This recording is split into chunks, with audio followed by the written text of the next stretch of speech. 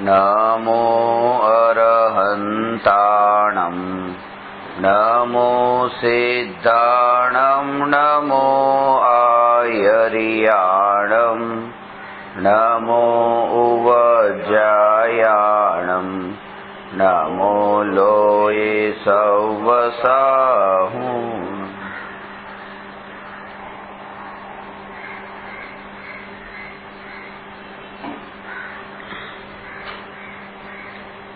પ્રશ્ન નંબર 338.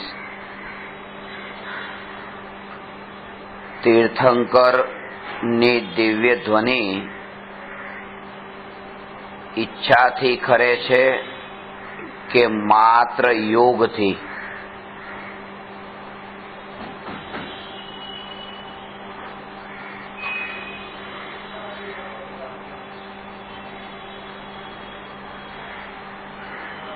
તીર્થને કરે તેને તીર્થંકર કહેવાય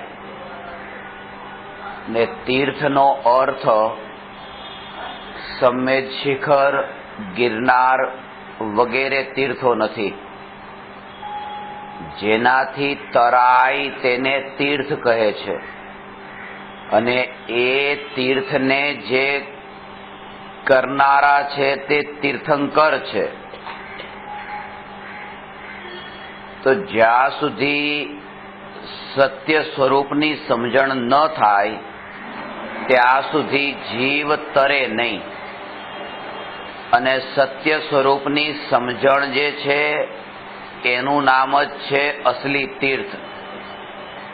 એટલે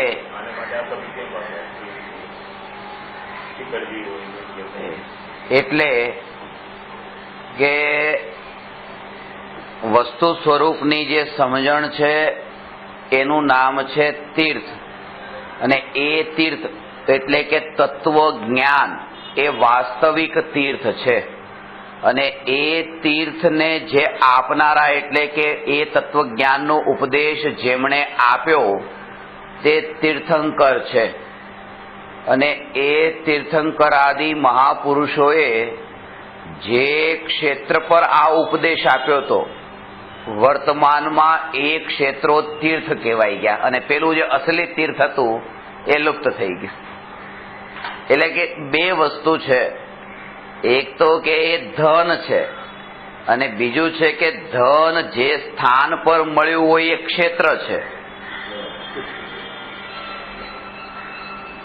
હા, તો એ છે કે લગ્ન પોતાના થયા હતા તો લગ્ન થયા ત્યારે પત્નીનો યોગ થયો તો જે દિવસથી એક તો એ પત્ની અને બીજું કે લગ્નનું એ સ્થાન જે ગામમાં લગ્ન થયા હતા એ જગ્યા. તો કે એ જગ્યા પણ જીવનની યાદમાં એ કોતરાઈ ગઈ છે પણ એ જગ્યાનું મહત્વ એટલું નથી જેટલું પત્નીનું છે. બેમાં કેટલો ફરક છે કે એ ગામમાં આગ લાગી હોય તો પણ કઈ એટલો ફરક નથી પડતો પણ પત્નીની આંગળી પણ માનો એવી રીતે સપનામાં બળતી એવી રીતે દેખાય તોય તે ચોંકી જાય છે કે શું થયું. તો આ બેયના અંદર જે મહિમા ભાવ કોનો વિશેષ છે તો એવી રીતે તીર્થંકર ભગવાન જે છે તીર્થંકર ભગવાન તત્વજ્ઞાનનો ઉપદેશ આપે છે ને તત્વજ્ઞાનનો ઉપદેશ એ જ વાસ્તવિક તીર્થ છે. આના માટે કહ્યું હતું કે જે સ્થાન પર દ્રષ્ટાંત આપ્યું હતું ને કે ભાઈ કોઈએ તમને અહીંથી 1 કરોડ રૂપિયા આપ્યા વાલકેશ્વરથી અને 1 કરોડ રૂપિયા લઈને તમે ગયા ગામ અને ત્યાં તમે 1 કરોડ રૂપિયા મૂક્યા. ત્યાં ગામમાં તમને જે સ્થાન પર 1 કરોડ રૂપિયા મળ્યા એ સ્થાનની બહુ યાદ આવવા લાગી કે કેવી હતી એ જગ્યા જ્યાંથી મને આ 1 કરોડ રૂપિયા મળ્યા હતા. અને એવી યાદ આવી કે તમે ત્યાંથી એ વાલકેશ્વર આવી ગયા કરોડ રૂપિયા ત્યાં મૂકીને અને અહીંયા આવીને વાલકેશ્વર બેસી ગયા અને 1 કરોડ રૂપિયા ગામમાં લૂંટાઈ ગયા. તો વાસ્તવમાં તો એ છે કે ખરું ધ્યાન તો એનું રાખવાનું હતું. તો અત્યારે શું છે કે આ ભગવાનનું જે તત્વજ્ઞાન જે છે એ તત્વજ્ઞાન તો ધૂળ ખાય છે. શાસ્ત્રોને કોઈ હાથમાં લેવા તૈયાર નથી. પ્રભાવનામાં જો ડ્રાયફ્રૂટના પડીકા આપો કે સોના ચાંદીના સિક્કા આપો તો લે છે, પણ શાસ્ત્રોની પ્રભાવના કરીએ તો હાથ જ જોડે છે. એટલે કે આ તત્વજ્ઞાન જે છે એના ઉપર રસ નથી. અને અત્યારે જેટલા લોકો આપણે દેખીએ છીએ કે સમેત શિખર ને ગિરનાર ને શત્રુંજયની 99 કરવા તૈયાર થાય છે એમ. પણ આ વિતરાગી ભગવાનનું પ્રરૂપિત તત્વજ્ઞાન જે ક્ષેત્ર પર મળ્યું હતું ને, જેના કારણે એની મહિમા છે, એ તત્વજ્ઞાન જે છે એને તો ખોલીને એકવાર વાંચવાનો પણ એને સમય નથી. એટલે સમજણ જ નથી, અજ્ઞાનતા વર્તે છે. બસ ખાસ વાત એ છે. અને સદગુરુનો આટલો જ રોલ છે કે જ્યાં અજ્ઞાનતા છે એ દીવો હાથમાં રાખી દે અને બતાવે કે ભાઈ જો આવું છે.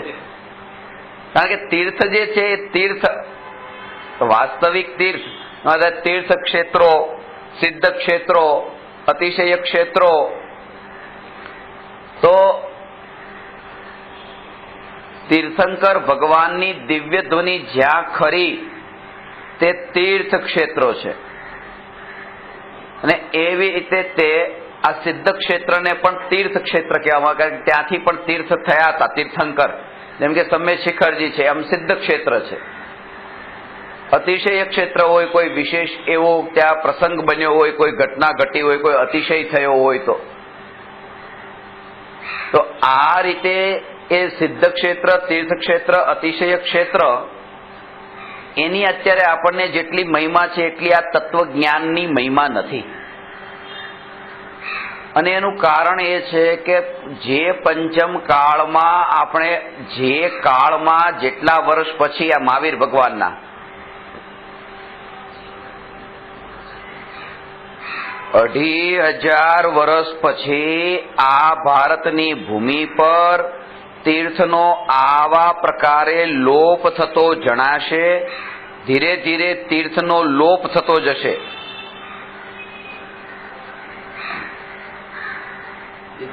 આ તીર્થ અસલી તીર્થ. અને આ તીર્થ ક્ષેત્ર જે છે કે આપણે તીર્થો માટે, તીર્થની સુરક્ષા માટે કેટલું કરીએ છીએ. તમે કહેતા હતા ને કે તીર્થના માટે એને જીર્ણોદ્ધાર, રિનોવેટ કરાવવા માટે. તો જેવું છે એમાં કંઈક થયું, એનું રિનોવેટ કરાવવા માટે આપણે આટલું કરીએ છીએ. આ જે તત્વજ્ઞાન જે છે, તત્વજ્ઞાન આજે ઝાંખું પડી રહ્યું છે કે લોકોને એ તત્વજ્ઞાનમાં રુચિ નથી. એ શાસ્ત્રની, એ વાણીની મહિમા નથી.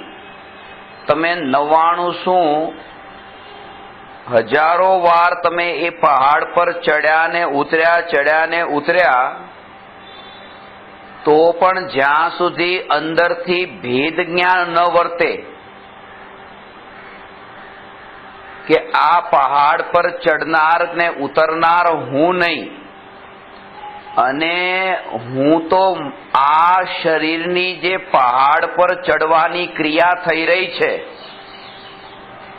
અને પહાડથી ઉતરવાની ક્રિયા થઈ રહી છે, એ ક્રિયાનો જાણનાર માત્ર છું.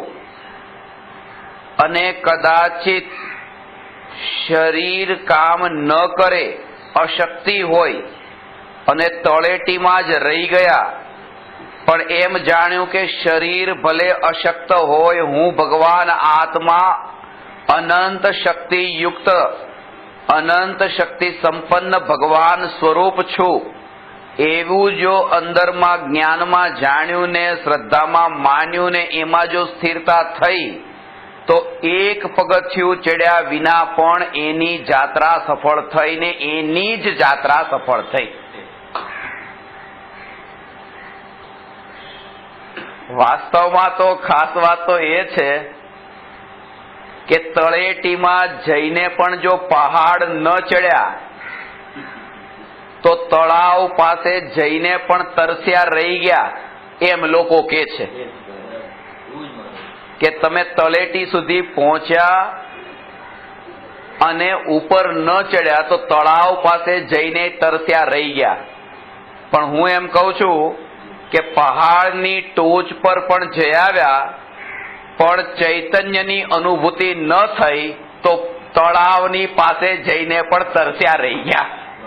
ખરેખર તો એ છે, કારણ કે એનાથી ઊંચું પદ તો આ ચૈતન્યનું પદ છે. પેલું તો જળનું હતું કે તળેટી પણ જળ છે ને પહાડની ટોચ પણ જળ છે. તમે રહી ગયા તો જળની અંદર જ અટકીને. અહીંયા કહે છે કે જળથી જુદા એવા ચેતન તત્વની તરફ નજર ગઈ તો વાસ્તવમાં ત્યાં તીર્થ યાત્રા સફળ થઈ.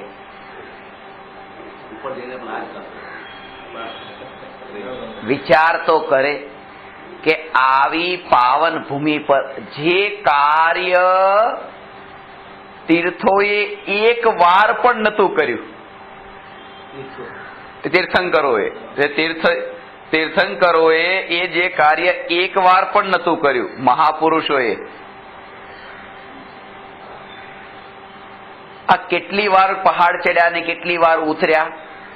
આ લક્ષ્ય કે પહાડ ચડીને ઉતરીએ. કોઈ પણ મુનિ એવી રીતે પહાડ ચડીને ઉતરીને એવી યાત્રા નથી કરતા. એ તો સહજ પોતાની આત્મ સાધના કરવા જાય છે ને ચડે છે ને ઉતરે છે. લક્ષ્ય કયું હોય છે ત્યાં જવાનું કે એકાંતમાં એવી રીતે પહાડ પર જાય છે. પણ આ પહાડ પર જઈને ઉતરવાનું નામ આ યાત્રા છે એમ માનીને કોઈ મુનિએ આજ સુધી આવી યાત્રા કરી જ નથી. અને જે એક મુનિએ પણ નતું કર્યું એવું કામ અત્યારે અજ્ઞાનતાથી થઈ રહ્યું છે. અજ્ઞાનતા ફેલાઈ છે. અહીંયા તો એ કહે છે કે સહજ રૂપે કેવું લાગે આ અટપટું કે અત્યારે તમે આત્મ સાધના માટે અહીંયા પધારો છો, આધ્યાત્મિક સાધના માટે પધારો છો, આત્માને ઓળખવાની સાધના માટે પધારો છો અને અહીંયા તમે રોજ આવો છો. એની પાછળ તમારું ધ્યેય શું છે કે અહીંયા તમારું સત્યનું વિચાર સાંભળવું, અંદરમાં જે કઈ શંકાનું સમાધાન, આ બધું ધ્યેય છે. અને આ ઘટનાને તમારા દીકરા પણ દેખે છે અને મારા ગયા પછી એ દીકરા રોજ અહીંયા આંટો મારે અને પાછા જાય, આંટો મારે ને પાછા જાય. શું એનું નામ એનો ધર્મ છે? કે પપ્પા પણ આવી રીતે તો ગયા હતા, પણ પપ્પા શું કામ ગયા હતા? અને તમે જે ઉપર ચડીને ઉતરો છો એની પાછળ શું આના જેવું થઈ ગયું. રોજ અહીંયા આંટો મારે કે ભાઈ અહીંયા આવી ગયા હતા, આમ એમણે ધર્મ તો અહીંયા આવીને કર્યો જ તો ને. જઈને આવવાનું નામ ધર્મ, એવો તો પપ્પાએ કર્યો હતો. પણ એનું પપ્પાનું ધ્યેય જ નતું. પપ્પાનું ધ્યેય તો એવું હતું કે મારી દશા તો એવી પ્રગટે કે અહીંયા સુધી મારે જવું જ ન પડે અને ત્યાં જાઓ તો પછી પાછું ન આવવું પડે. એ જ હતું કે પહાડ પર તો વાસ્તવમાં તો એ સ્થિતિ. અહીંયા તો આ મનુષ્યના કોલાહલથી દૂર જવા માટે એ પહાડની ટોચ પર એ ગુફામાં એ ભાવલિંગી સંત એ પહાડની ટોચ પર ને ગુફામાં વનવિહારી સાધુ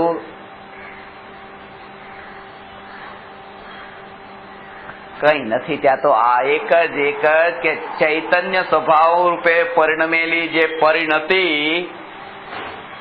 સાક્ષાત એ પરિણતિ ત્યાં હાજર છે. એ કોઈ ચામડું નથી, એ કોઈ આંખો બે દેખાય ના, નાક દેખાય ના, કાન દેખાય. કારણ કે તમે દર્પણમાં આંખ કાન નાક ને બધું દેખીને ગયા ને, તો ત્યાં ભાવલિંગી સાધુના આંખ કાન નાક સિવાય તમને બીજું કઈ નહીં દેખાય. કારણ કે તમને જે અંદરમાં ભરેલું છે એ સિવાય બીજું બહારમાં દેખાય શું?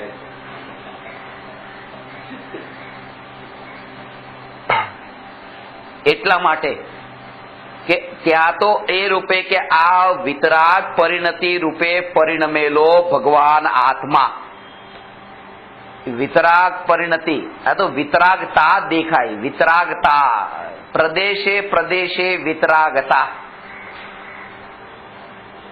આવી તો જ્યાં દ્રષ્ટિ આવી. વિતરાગ પરિણતિ રૂપે પરિણમેલ જે આત્મા, કે કેવી વિતરાગ પરિણતિ રૂપે ત્રણ કશાય ચોકડીના અભાવ પૂર્વક પ્રગટ થયેલા સકલ ચારિત્ર એવી જે વિતરાગ પરિણતિ રૂપે પરિણમેલો જે આત્મા છે એ આત્મા સાક્ષાત મુનિ છે ને એવા મુનિઓએ જ્યાં આત્મ સાધનાના ફળમાં કેવળ જ્ઞાન અને મોક્ષની પ્રાપ્તિ કરી એવી પાવન ભૂમિ, એટલે એ ભૂમિની જે મહિમા આપણને આવે છે, ખાસ વાત સમજવી જોઈએ.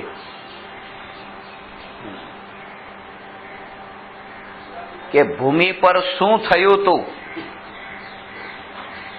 શું એક પણ જ્ઞાની મહાપુરુષ કે અહીંથી મોક્ષે ગયા, અહીંથી મોક્ષે ગયા, પણ કેવી રીતે મોક્ષે ગયા? એટલે કે જે ઋષભદેવ મુનિરાજે એ પ્લાનિંગ કરીને કોઈ વર્ષી તપ કર્યું નતું, અજ્ઞાનતાથી એ પ્લાનિંગથી વર્ષી તપ થયા. જ્ઞાનીઓએ પ્લાનિંગથી પહાડ ચડ્યા નતા, આપણે પ્લાનિંગથી પહાડ ચડવા લાગ્યા. આ બધી જે પરંપરા જે આપણે અપનાવી લીધી, ત્યાં પ્લાનિંગથી દીક્ષા નથી લીધી, અહીંયા પ્લાનિંગ કરીને દીક્ષા લેવા લાગ્યા. ત્યાં કોઈ ચોઘડિયા જોઈને દીક્ષા નથી લીધી, અહીંયા ચોઘડિયા જોવરાવા માંડ્યા. જાણે પાકું હોય કે આ સમયે વૈરાગ્ય આવવાનો છે. મૃત્યુના ચોઘડિયા જોવાના હોય?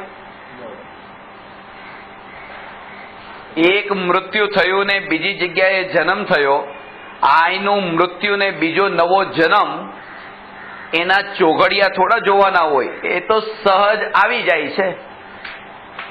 તો એ જ રીતે મિથ્યાત્વનું મૃત્યુ ને સમ્યક્ત્વનો જન્મ, ગ્રહસ્થ અવસ્થાનું મૃત્યુ ને મુનિ અવસ્થાનો જન્મ, આવી જે દશા એના ચોઘડિયા જોવાના નથી. મરણના ને જન્મના ચોઘડિયા ન હોય.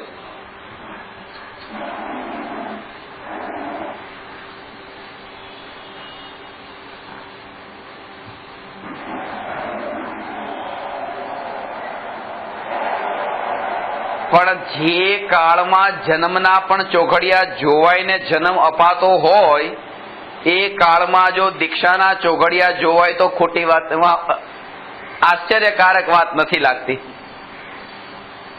ચોઘડિયા જોઈને જન્મ પણ આપે છે, નથી કરતા? ટાઈમ જોઈને સિઝેરિયન કરવું તો આ ટાઈમ જોઈને કાપીને ચોઘડિયા જોઈને જ તે કરે છે. તો કે જન્મ પણ હવે ચોઘડિયા જોઈને કે કયા ટાઈમે કરવો, આ એટલે જ કહું છું. તમને નથી ખબર ગ્રહસ્થ દશામાં રહીને?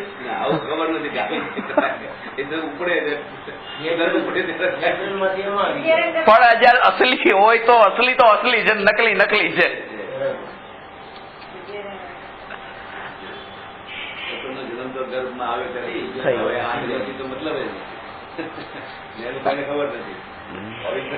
પંડિત બેઠા હોય બાજુમાં, મુહૂર્ત કાઢ્યું હોય, ચોઘડિયા જોયા હોય, બધું એનું આખું બધું એવી રીતે કરીને.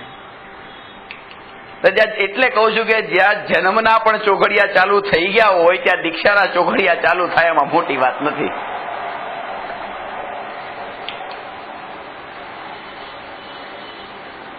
વૈરાગ્યનો કોઈક સમય નિશ્ચિત નથી.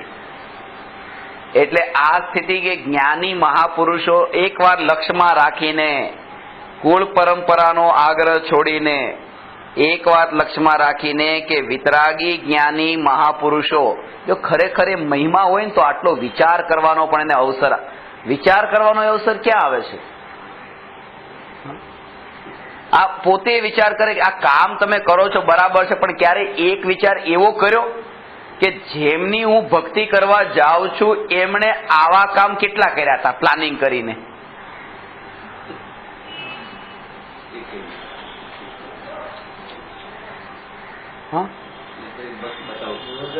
ભગવાને કઈ મૂર્તિની લેપાલેપી કરી હતી? આમ આમ આમ આમ આમ કરી કરી, અને તોય એ ભગવાન થયા. પણ આપણે ભગવાન થવું નથી એટલે આ બધું કરીએ છીએ, કારણ કે ત્યારે તો અધોગતિ થાય, હાથ લગાડે સ્ત્રી ભગવાનને. તો એટલે આ જે કામ કરીએ છીએ ને, કે જે કામ આપણે કરીએ છીએ એ એટલું સવાર થઈ ગયું છે. અને હું તો સીધી ભાષામાં કહું છું કે આતંકવાદીઓને જેમ બ્રેન વોશ કરી દે ને, આમ બિલકુલ કે તમને જન્નત મળશે, જન્નત મળશે, જન્નત મળશે, મારી દેજો ગોળી, બસ વીટી સ્ટેશન પર ઉતરીને જન્નત જ પાક્કું છે. એને તો મહિનાઓ પહેલા તો એને બ્રેન વોશ કરેલું હોય. એવી રીતે એવું અહીંયા વોશ કરી દીધું છે કે તમારું તો સ્વર્ગ પાક્કું, સ્વર્ગ પાક્કું, સ્વર્ગ પાક્કું. આ તો કરવાનું જ છે.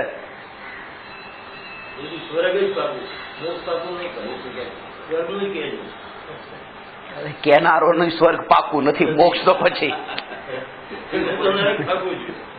એટલે કહેવાનો અર્થ કે આ જે કુળ પરંપરાને એક બાજુ રાખીને તીર્થંકર ભગવાનની જો ખરે ભાવથી મહિમા આવે છે તો ભાવ સહિત વંદન કરે અને એ કે ભગવાને શું કર્યું તો એ લક્ષમાં રાખે. એ તો એકવાર તો એનો વિચાર તો એકવાર કરે કે કયા પ્રકારથી. એમ નથી કે ન કરવી, આ ભક્તિ નથી કરવાની એમ વાત નથી, પણ ભક્તિ કરતી વખતે એ જાગૃતિ અંદરમાં વર્તે કે આ ભક્તિ જે થઈ રહી છે આ શું છે. આ કોઈ રોબોટની ક્રિયા તો નથી ને કે જેને ખાલી આમ સેટ કરી દીધું ને આમ ચાલવા લાગે ને એવી રીતે આમ કરવા લાગે ને બસ પાછું આવે. આ એવું કઈ જડ મશીન તો નથી ને.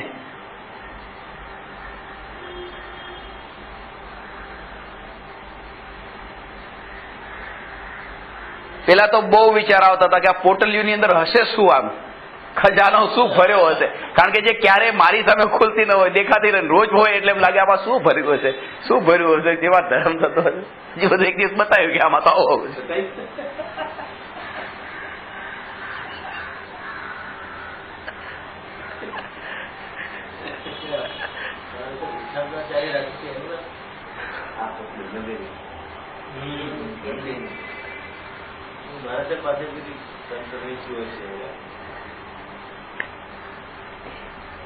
તીર્થનો અર્થ છે તીર્થંકર ભગવાનની દિવ્ય ધ્વનિ જ્યાં ખરી એને પણ તીર્થ કહેવામાં આવે છે કે જ્યાંથી મોક્ષને પામ્યા, જ્યાં કોઈ ભગવાનના કલ્યાણકો થયા, જે પવિત્ર સ્થાન, જે હવે પાવન સ્થાન થયું, પણ જેના કારણે પાવન થયું. એટલે જેટલા જેટલા કાર્ય કર્યા ને, એટલે કે આ જન્મ દિવસ મનાવવાનું પણ આજે મનાવવાનું જે ચાલે છે કે બસ આ પણ એ જ છે કે ભાઈ ભગવાનનો જન્મ કલ્યાણક મનાવાય તો આપણો કેમ ન મનાવાય. ભગવાનના જો 5 કલ્યાણક મનાવાતા હોય,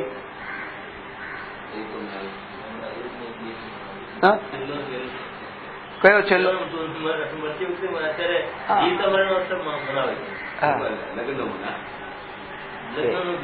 એટલે એ જ તે કે નેમિનાથ ભગવાને કે દીક્ષા લેવા માટે કયું ચોઘડિયું જોયું હતું.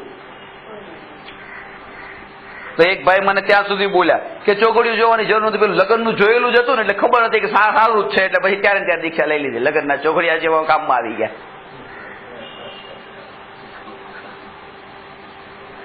કે ભાઈ લગ્નનું ચોઘડિયું જોયું હતું ને, કે બરાબર લગ્નનું ચોઘડિયું જોઈને પછી દીક્ષા લીધી. કે હા એ જોયેલું, તો જે ચોઘડિયું જોઈને લીધું હતું તો એ કામ એ પૂરું ન થયું, એ તો ફેલ થઈ ગયું.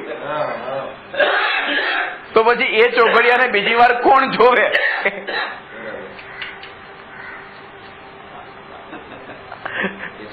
ચોઘડિયું જે ફેલ થઈ ગયું, આપણે એક વાર કોઈ કામ કર્યું હોય ને એ વખતે ફેલ થયા તો બીજી વાર એ દિવસે કામ કરીએ?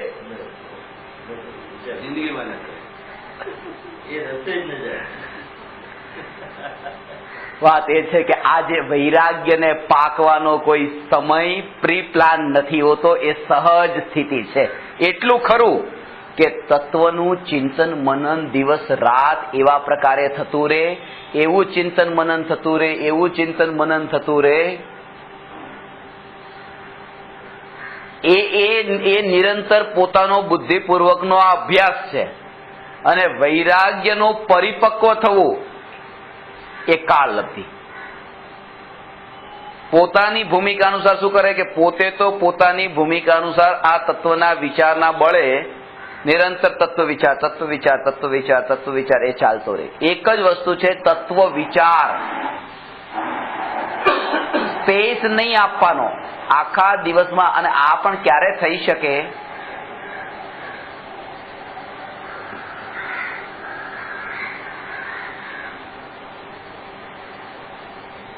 કે હવે હું તમને કહું જો કે મારો હવે અને તમારો સંબંધ જે છે એ હવે થોડા કલાકનો જ છે.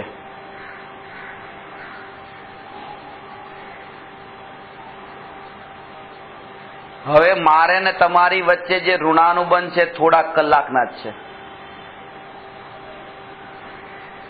અને એમ કહો કે મારે ને તમારી વચ્ચે ઋણાનુબંધ છે થોડા વર્ષોના હજી છે, તો કલાકમાં તમે આમ ચોકી જાઓ છો કે હવે જેટલો બને એટલો લાભ લો, અને વર્ષો કીધું તો કે ઠીક છે. કહેવાનો અર્થ એ છે કે જેમાં સમય ઓછો છે ને ત્યારે મહિમા કેવી આવી જાય છે. તો એવી રીતે એ કહે કે મૃત્યુને નજરની સામે રાખીને, આ એક વાત ખાસ સમજો, તત્વનું ચિંતન જે કરે એને પહેલા જ તે આ ભવનું મૃત્યુ તો નજરની સામે પહેલા દેખાવું જોઈએ. મેં તમને ક્યારે વાત કરી હતી, એક ફિલ્મનું શૂટિંગ થતું હતું ને, તો એ શૂટિંગમાં મરવાની એક્ટિંગ કરવાની હતી એક એક્ટરે, તો ડાયરેક્ટરે કહ્યું કે એક્ટિંગ કરો, તો એ આમ મરતા હતા. બરાબર, મરવાની એક વાર લીધું, 2 વાર લીધું, પણ એ થતું નતું બરાબર. એટલે ડાયરેક્ટરે એમને કહ્યું કે આ શું કરો છો, તમારા મરવામાં થોડીક જાન ડાલો, તમારે મરને में જાન ડાલો. મરવામાં જાન નાખવાનું કીધું. હું તમને કહું છું કે તમારા જીવવામાં મોત ડાલો.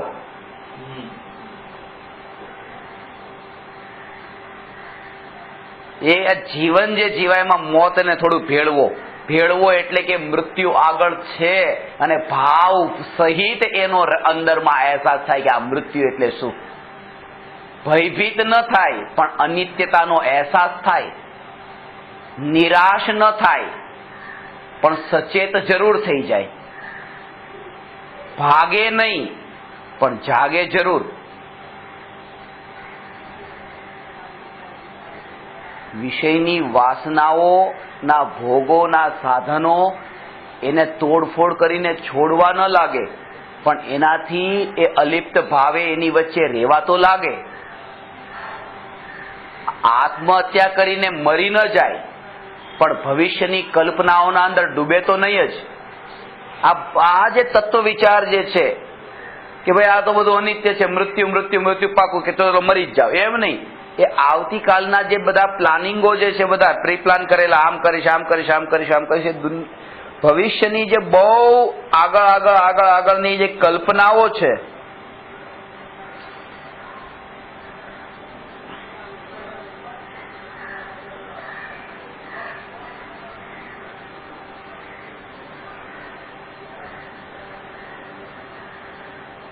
એમાંથી છૂટો પડતો નિરાળો થતો ભગવાન એ આત્મા પોતે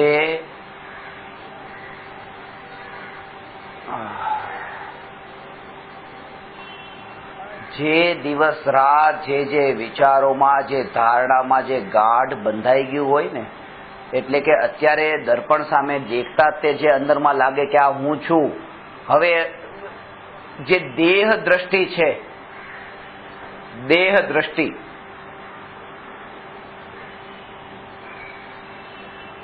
આજે છે ને તમે જોર આપો છો, જોર કે તમે તમારા શરીરનું બોડી ચેકઅપ કરાવી લો, તમે જોર આપો છો ને, શરીરનું જોર આપો છો, એ તમારા પોતાનો દેહમાં જે તમે ધ્યાન, તમે જો આ સ્થિતિ થાય તમે આ કામ કરી લો. તમને જો પેટમાં ગડબડ થતી હોય તો તમે ડોક્ટરને જરૂર બતાવીને ચેકઅપ કરાવો, તમારી વૃત્તિ અંદર પડી છે. હું એ કહું છું કે જેમ આપણને દેહમાં આટલી જાગૃતિ વર્તે છે ને, એવું જે ચૈતન્યની જાગૃતિ માટે પુરુષાર્થ કેમ કરવો એ હવે કરવાનું છે. પુરુષાર્થ તો બેયમાં કરે છે, ભાગાભાગી બેયમાં થાય છે. 10 જગ્યાએ જવાનું હોય, રિપોર્ટ કરાવવાના હોય, બતાવવાના હોય, બધું કેટલું કરીએ છે. એમાં એ જ કે એની જયારે અસારતા ખ્યાલમાં આવી કે ગમે તે કરું, 2-5 વર્ષે આ જવાનું છે, પણ જે નિત્ય છે એનું ઓપરેશન જે છે, એનું ઓપરેશન તો પોતાના પુરુષાર્થથી થશે. એ કોણ કરવા આવશે? તો એટલા માટે પોતે જ ડોક્ટર બનવાનું છે, પોતે જ પોતાનો ડોક્ટર.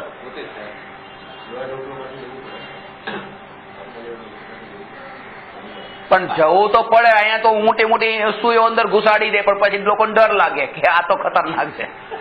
તમે ખાલી ગોળી આપો, ઇન્જેક્શન નહીં આપો.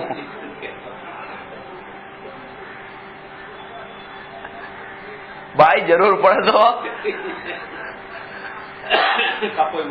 કાપોય મૂકવો પડે.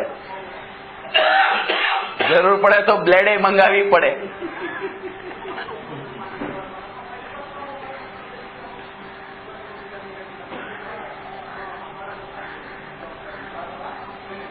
અને જેને થઈ ગયો છે ભેદ જ્ઞાનનો અભ્યાસ કે આ જુદું છે, તો એ પોતાના ઉપર શું કામ બ્લેડ મૂકે? જેને નથી થયું એને જ પ્રયોગ કરે ને, કે જો આનું નામ ભેદ જ્ઞાન. એટલે જ ના પાડી દીધી, એવા દોસ્ત પ્રયોગ નથી કરો બ્લેડ થી. કે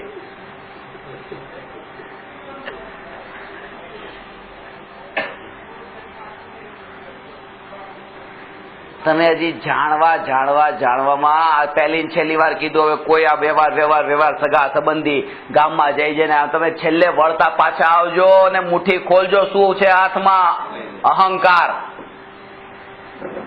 અહંકાર સિવાય છે શું? આ મોટા મોટા કવરો બનાવીને આપી દીધા. એ અહંકાર કોઈ પર તો છે તો આપ્યા, ન હોય તો શું કરે?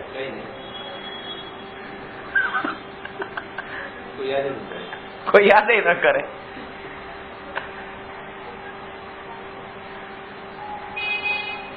અને કેટલી બેહોશીમાં કેવી રીતે, એટલે ત્યાં કુળ પરંપરાથી ધન કેટલું ખર્ચાઈ જાય છે, આ બધી કુળ પરંપરા.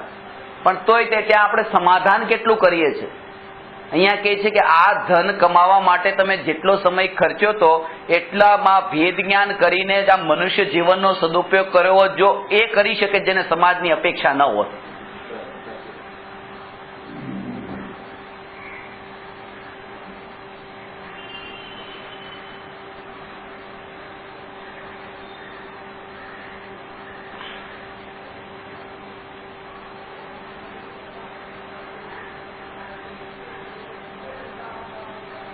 તીર્થંકર ભગવાનની દિવ્ય ધ્વનિ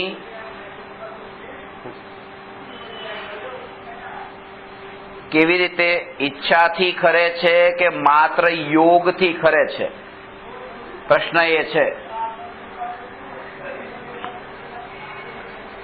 ઈચ્છાથી ખરે છે કે યોગથી ખરે છે?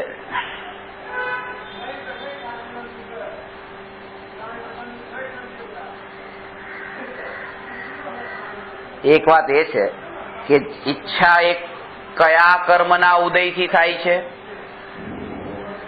બોલો હોશિયાર વિદ્યાર્થીઓ. બહુ સરસ. કયા મોહનીય કર્મ?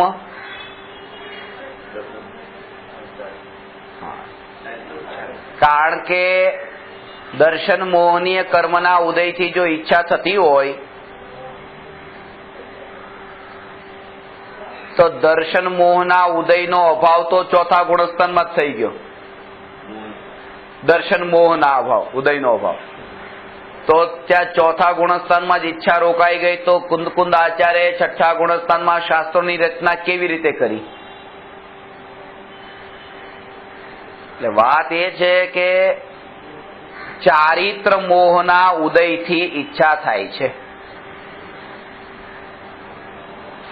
ઈચ્છા છે ને એ ચારિત્ર મોહના ઉદય થાય છે. દર્શન મોહના ઉદયથી તો જીવની માન્યતા સાથે સંબંધ છે. દર્શન મોહનો સંબંધ શ્રદ્ધા ગુણ સાથે છે અને ચારિત્ર મોહનો સંબંધ ચારિત્ર ગુણ સાથે છે.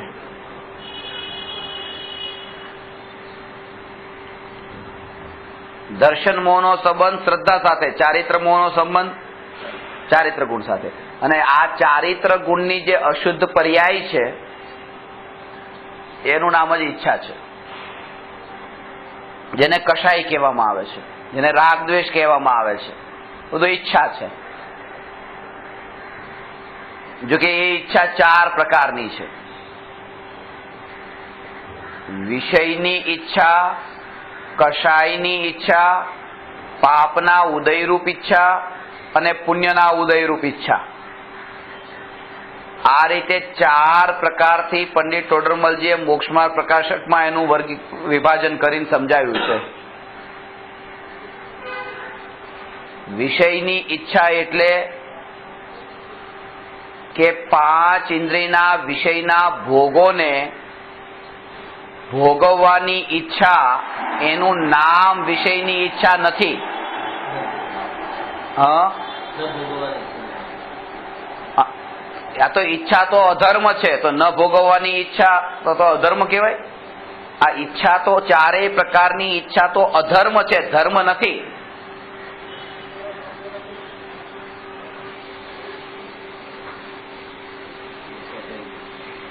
અહીંયા તો એ કહે છે કે 5 ઇન્દ્રિયના માધ્યમથી આ પદાર્થોને ભોગવવા, એનું નામ વિષયની ઈચ્છા નહીં. પણ કેટલી સૂક્ષ્મ વાત છે.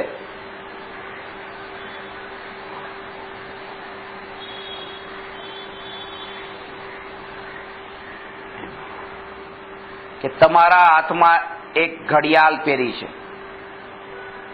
એ ઘડિયાળ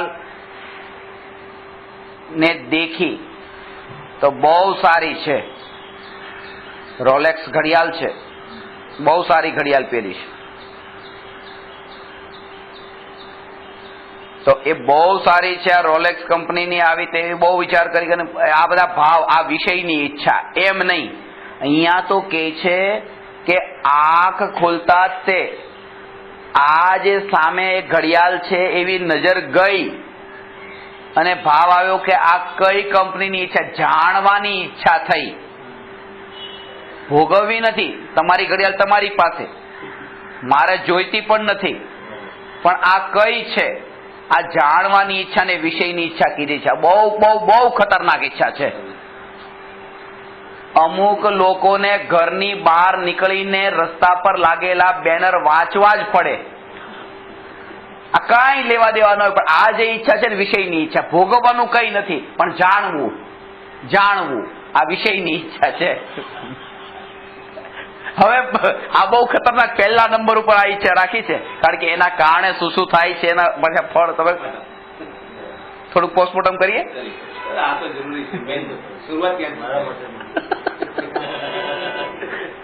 અને જે બેનર તો એક વાર વાંચ્યા હોય પછી બીજી વાર જેટલી વાર નીકળે એટલી વાર વાંચવાના છે, જેમાં આપણે કાંઈ લાગતું વળગતું ન હોય. આ જાણવાની ઈચ્છા. આવી રીતે તે કોઈ ટ્રેનમાં મળે અને પૂછ્યું, આપણે ખાલી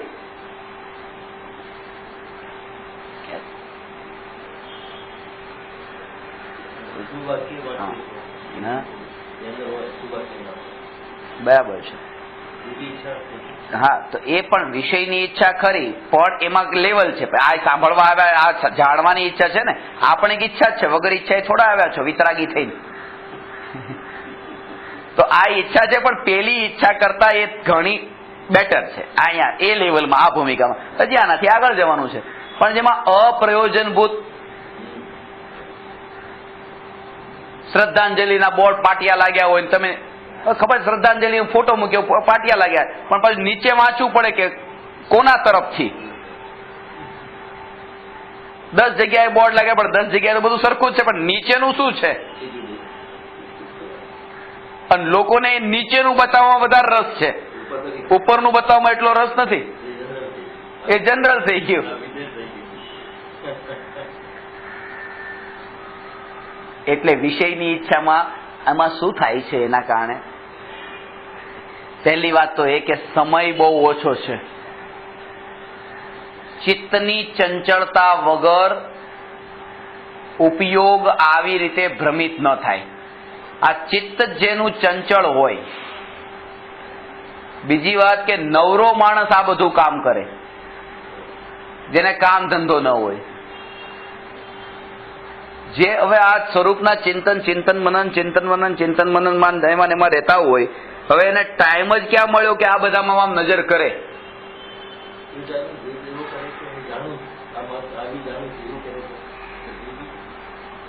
બરાબર છે. જેવી રીતે આવા પ્રકારથી તે કે હું આનો પણ જાણનાર છું, તો પછી કેવળ જ્ઞાનમાં તો લોકાલોકની બધી નગ્ન સ્ત્રીઓ જણાય છે, તો જાણવા માંડે અત્યારે કે આનોય જાણનાર કે નહીં. અત્યારે આવું બધું તમે નહીં દેખો, કારણ કે અત્યારની તમારી દશા કઈ છે, તમારી દશા અનુસાર વાત કરો. કે બધું દેખવાનું જ છે ને બધું દેખવાનું છે. આ જો કેટલો ફરક છે. દેખવાનું છે, દેખવાનો સ્વભાવ તો છે ને આત્માનો, જાણવાનો સ્વભાવ છે. આ જડ અને ચેતન સાથે આમાં તો જેમાં રિઝલ્ટ આવે છે ને કે જાણવાનો આત્મ સ્વભાવ છે.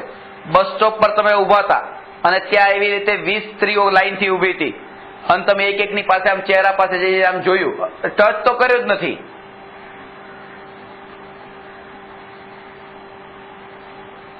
અને આમ આમ આમ આમ આમ આમ બધા, કારણ કે જાણવાનો તો મારો આત્માનો સ્વભાવ જ છે.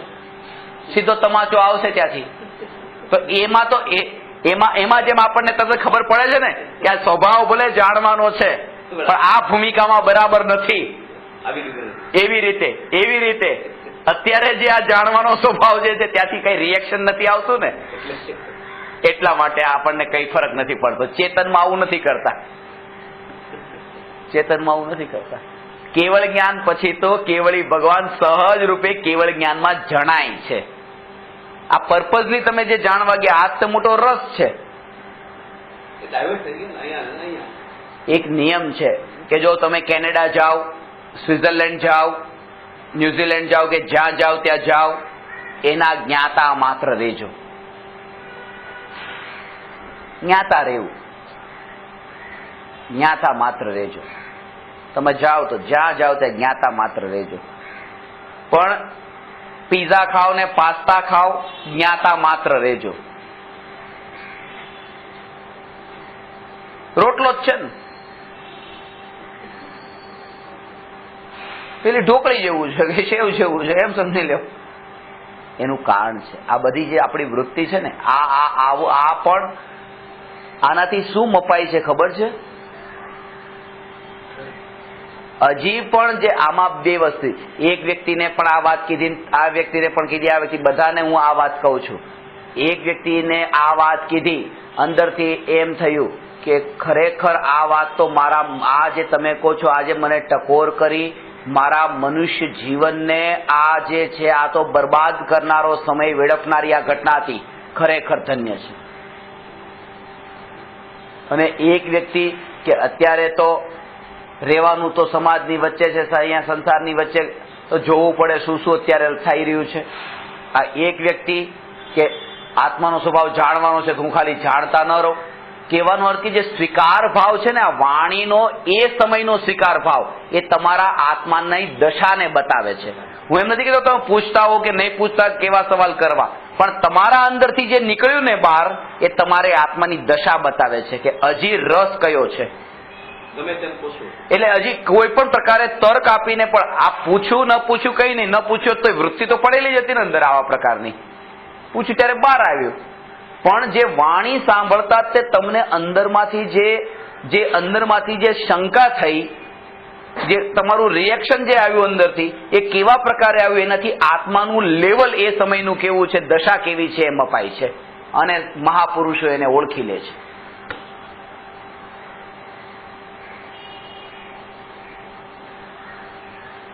જાણવાનો સ્વભાવ આ જે છે ને, અત્યારે શાસ્ત્રોના શાસ્ત્રો છે તમારા ઘરમાં. એક શાસ્ત્ર પણ શરૂઆતથી અંત સુધી સંકલ્પ કરીને પૂરું કર્યું હોય તો નામ બતાવો. પણ ત્યાં ઉપરથી નીચે સુધી બધું જ છોડવાનું નહીં, કંઈ પણ. રસ કેટલો પડ્યો છે.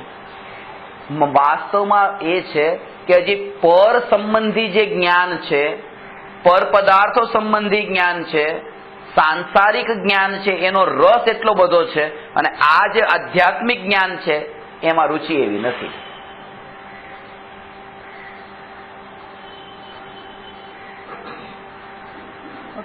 બસમાં બેઠા હો, ગાડીમાં બેઠા હો, દુકાનોના બોર્ડ વાંચતા વાંચતા જઈએ,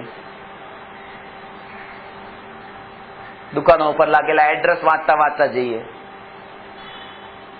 કઈ લાગતું વળગતું ન હોય, ખબર છે કે આપણે કઈ ગલીમાંથી જઈ રહ્યા છીએ, બધી દુકાન પર એ જ એડ્રેસ લખેલા છે, પણ તો એડ્રેસ વાંચતા વાંચતા જઈએ. એકવાર આત્મજ્ઞાન પામ્યા પછી તમે જે જાણવું હોય તે જાણો, કારણ કે તમે જે જાણશો એમાં જ્ઞાન જણાશે. એટલે કે તમે અમેરિકાને જાણો ને સ્વિટ્ઝરલેન્ડને જાણો, જાણવાની છૂટ છે. પણ બધું જાણ્યા પેલા જાણનારાને જાણો.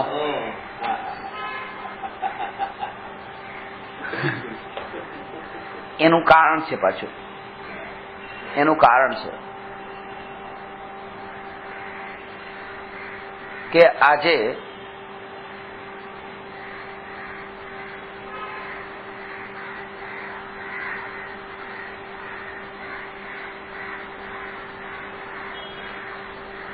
સુંદર વસ્તુ તમારી પાસે હોય, તમારા હાથમાં એવી રીતે 1 લાખ રૂપિયાનો મોબાઈલ છે અને કોઈની પાસે 1000 રૂપિયાનો મોબાઈલ છે. તમે 1000 રૂપિયાનો મોબાઈલ દેખો છો ત્યારે તમે એનાથી પ્રભાવિત થાવ કે અરે વાહ કેવો મોબાઈલ જો ને, એવું લાગે કઈ નહીં, ઠીક છે હવે બધું.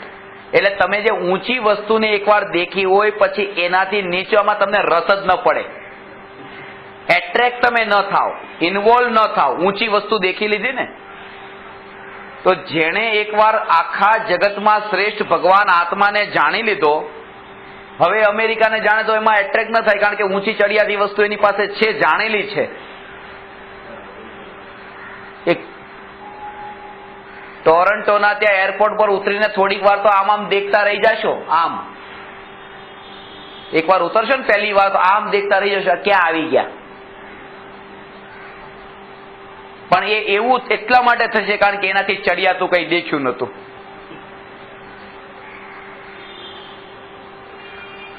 પણ એનાથી ચડિયાતું કઈ દેખ્યું નતું. ચડિયાતું જેને દેખી લીધું હવે એમાં રસ નથી. અને આ સૌથી ચડિયાતો કેવો? આ ભગવાન આત્મા. એટલા માટે શું કહ્યું કે ભગવાન આત્માને જાણી લીધા પછી લોકાલોકની 3 કાળની પર્યાયને જાણવાની છૂટ, એમાંથી આકર્ષિત ન થાય. કારણ કે લોકાલોકની 3 કાળની પર્યાયોથી ચડિયાતો ભગવાન આત્મા જેને જાણી લીધો એ બધાને સહજ રૂપે જાણી શકે. આ કેનેડા તો શું કહેવાય, અમેરિકા તો શું કહેવાય.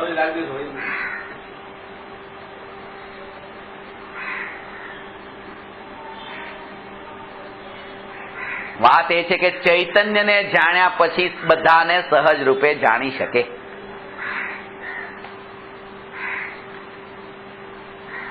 ઈચ્છાનું સ્વરૂપ આવું છે. એ વિષયની ઈચ્છા, કશાયની ઈચ્છા, આ જાણવામાં આને જાણવું, આને જાણવું, આને જાણવું, બધી વિષયની ઈચ્છા થઈ.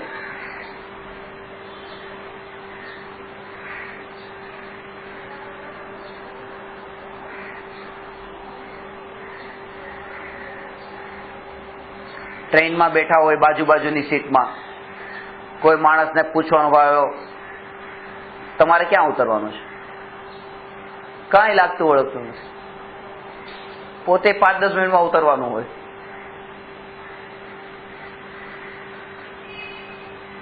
ધીરે ધીરે આ બધું થાય. આમાં તે રહસ્ય હોય. આ 5 મિનિટ માટે તે ટ્રેનમાં મળવાનું રહસ્ય છે.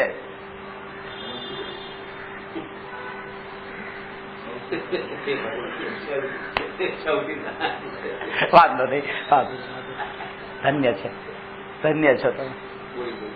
સરળ છે ને, જીવ ભોળો છે. 5 મિનિટ માટે ટ્રેનમાં બેઠા, હાય હલો ને એવા તમે હળી મળી ગયા એની સાથે, એવા હળી મળી ગયા. 5 મિનિટ માટે ટ્રેનમાં બેઠા એવા હળી મળી ગયા, પણ કોઈ પતા પતા સરનામું કાર્ડ, વિઝિટિંગ કાર્ડ કઈ માંગ્યું નહીં. આદત તો હતી, આનું પ્રેક્ટિકલ આદત તો હતી, પણ એ ટાઈમે એવો ભાવે નહીં આવ્યો. અને 5 મિનિટ સુધી સારી રીતે આ વાતો કરી, એવા જાણે ઘણા વર્ષોનો સંબંધ હોય, અને છૂટા પડી ગયા, એ ઉતરી ગયા.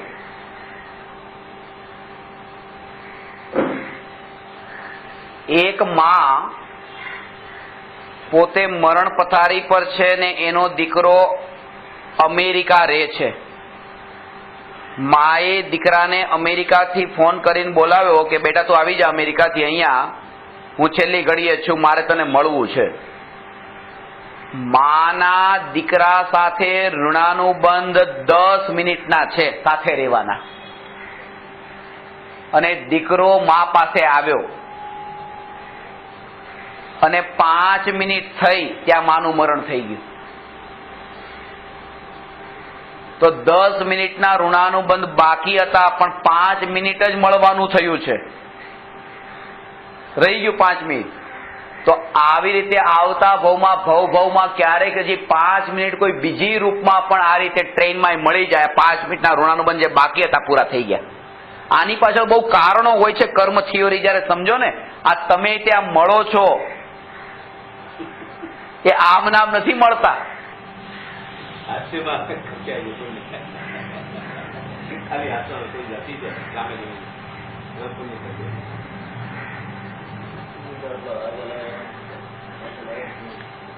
એમાંય તે કેટલા ઋણાનુબંધ કર્મના એવા છે જીવ સાથેના.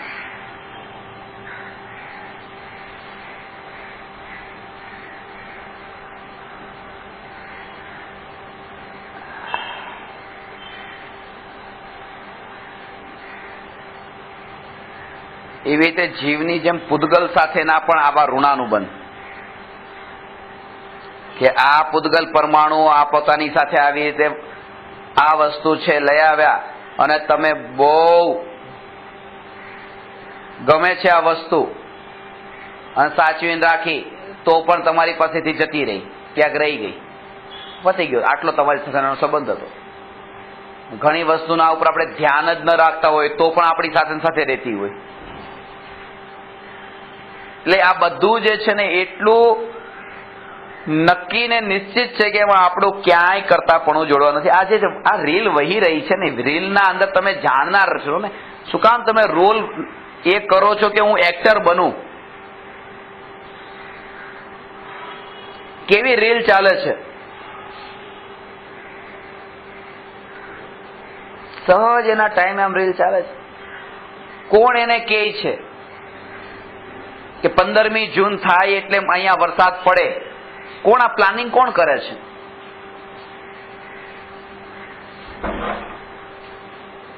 માતાના ગર્ભમાં બાળક 9 મહિનામાં મોટું થઈને જન્મ લે, કોણ ત્યાં ટાઈમ લઈને ઘડિયાળ લઈને બેઠો છે કે 9 મહિના થાય એટલે જન્મ લઉં? સહજ સ્વરૂપ છે, સહજ છે. કોણ નાળિયેરના અંદર, ત્યાં નાળિયેરીના અંદર નાળિયેરમાં પાણી ભરવા જાય મીઠું, અને એ પાછું ખારા દરિયાની બાજુમાં રહેલી નાળિયેરીમાં કોણ ભરવા ગયું હતું અંદર એ પાણી મીઠું? સહજ સ્વભાવ છે, સહજ એવું સહજ પરિણમન એનું એવું છે.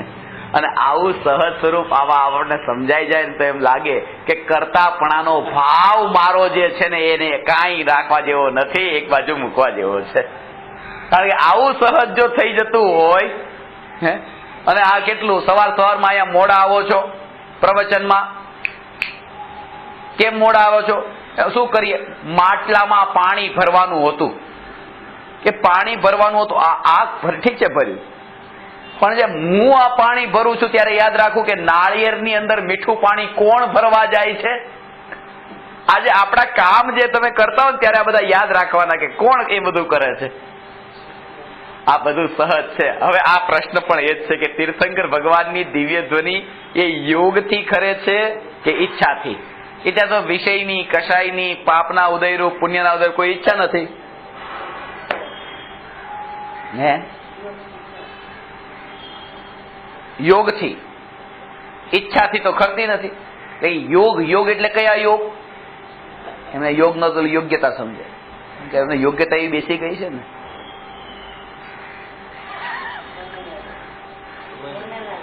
હા, પુણ્યના યોગથી બરાબર છે. ભવી ભાગન વચ જોગે વશાય, તુમ ધુની હે સુની વિભ્રમ નશાય. ભવ્ય જીવોના ભાગ્યને લીધે ભગવાનની વાણી ખરે છે.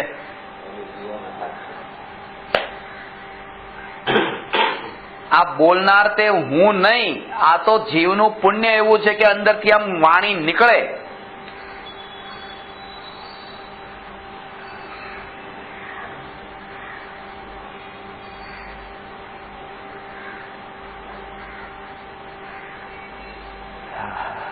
માન્યું એમ કે આમણે વાણી આપી, અને આવું જ્યાં માનનારો છે પછી ત્યાં પણ આવું જ કરે છે. ક્યાં? કે આણે મને ગાળ આપી. ત્યાં એ વિચાર નથી આવતો કે પાપના ઉદયથી સાંભળવા મળી, આ પોતાના ઉદયથી મળી સાંભળવા. આમાં બધું પોતાની ઉપર જ ઘટિત થાય, બહારમાં ક્યાંય નહીં. જે અહીંયા ઘટિત થતું હોય એ બધું અહીંયા ઘટિત થાય, અહીંયા તે જે બધું અહીંયા ઘટિત થાય.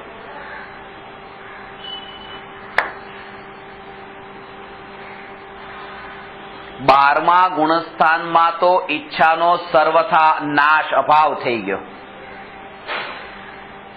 ઈચ્છા છૂટી પણ વાણી તો તોય રહી, અને ખરેખર તો એ જ છે. આ સમજવા જેવું કે ઈચ્છા વગર વાણી નીકળે કેમ તીર્થંકરને, કે ઈચ્છા વગર જ નીકળે છે. નિયમ છે કે મુનિ દીક્ષા અંગીકાર કર્યા પછી જ્યાં સુધી કેવળ જ્ઞાન ન થાય ત્યાં સુધી તીર્થંકરને નિયમથી મૌન હોય છે. મુનિથી આ દીક્ષા પછી કેવળ જ્ઞાન થાય ત્યાં સુધી.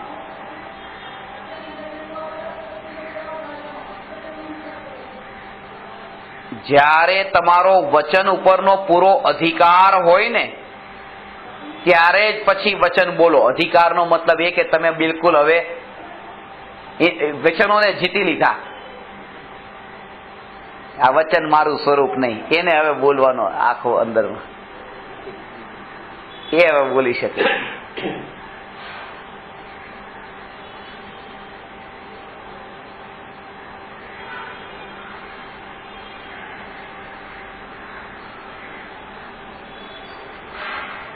યોગનો આ રીતે ભગવાનને જેમ ઈચ્છા તો રહી નથી, કારણ કે હોઠ પણ ફળફળતા નથી. તીર્થંકર ભગવાનની દિવ્ય ધ્વનિ ખરે છે, એમાં ચહેરાની રેખાઓ બદલાતી નથી, કારણ કે તીર્થંકર ભગવાનની દિવ્ય ધ્વનિ શરીરના પ્રત્યેક ભાગથી છૂટે છે, પરમાણુ પરમાણુથી. ત્યાંથી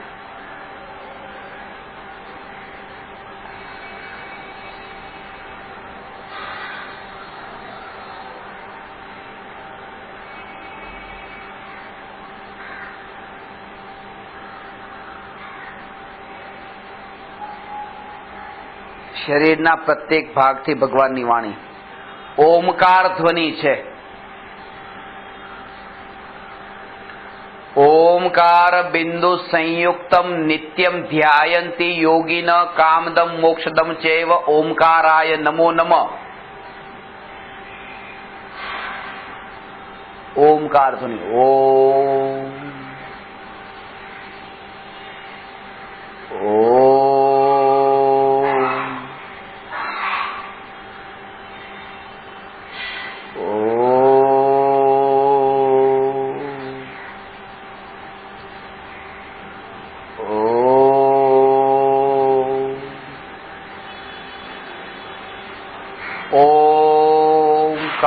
ધ્વનિ જ્યારે શરીરના પ્રત્યેક પરમાણુથી છૂટે છે ત્યાં સુધી તો એ ધ્વનિ ઓમકાર છે. પણ જ્યારે એ ધ્વનિ શ્રોતાના કણ પ્રદેશો સાથે અથડાય છે ત્યારે ભાષા રૂપે પરિણમિત થાય છે અને 18 મહાભાષા અને 700 લઘુ ભાષાઓમાં વિભાજિત થઈ જાય છે. અને એ પણ આ મનુષ્યોની ભાષામાં, બાકી દેવોને દેવોની ભાષામાં, તિર્યંચને તિર્યંચની ભાષામાં આ અથડાતા તે ત્યાં એ ધ્વનિ અહીંયા અથડાતા તે એ રૂપે પરિણમે છે. અને એના માટેના કારણો કયા હતા કે પૂર્વે એવો તીર્થંકર પ્રકૃતિનો બંધ થયો હતો કે દરેક જીવને એ સમજાવવાનો ભાવ, આ સમ્યક દર્શન પછી હો, પાછું સમ્યક દર્શન પેલા નહીં, દરેક જીવને આ સમજાવવાનો ભાવ.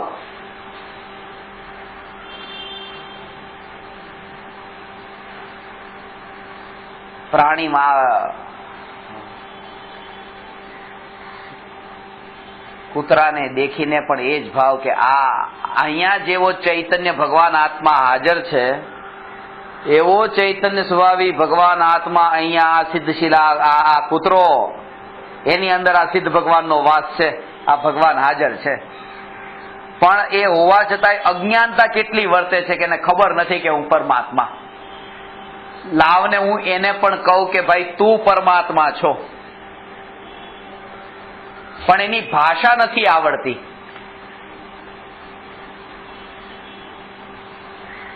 અને જ્યારે તમને કોઈની ભાષા ન આવડે તો તમારી બાજુની ખુરશી પર કે સીટ પર બેઠેલી વ્યક્તિ પણ હજારો કિલોમીટરનું ડિસ્ટન્સ થઈ જાય છે, કારણ કે ભાષાથી એક મનુષ્ય બીજા મનુષ્યથી જોડાય છે.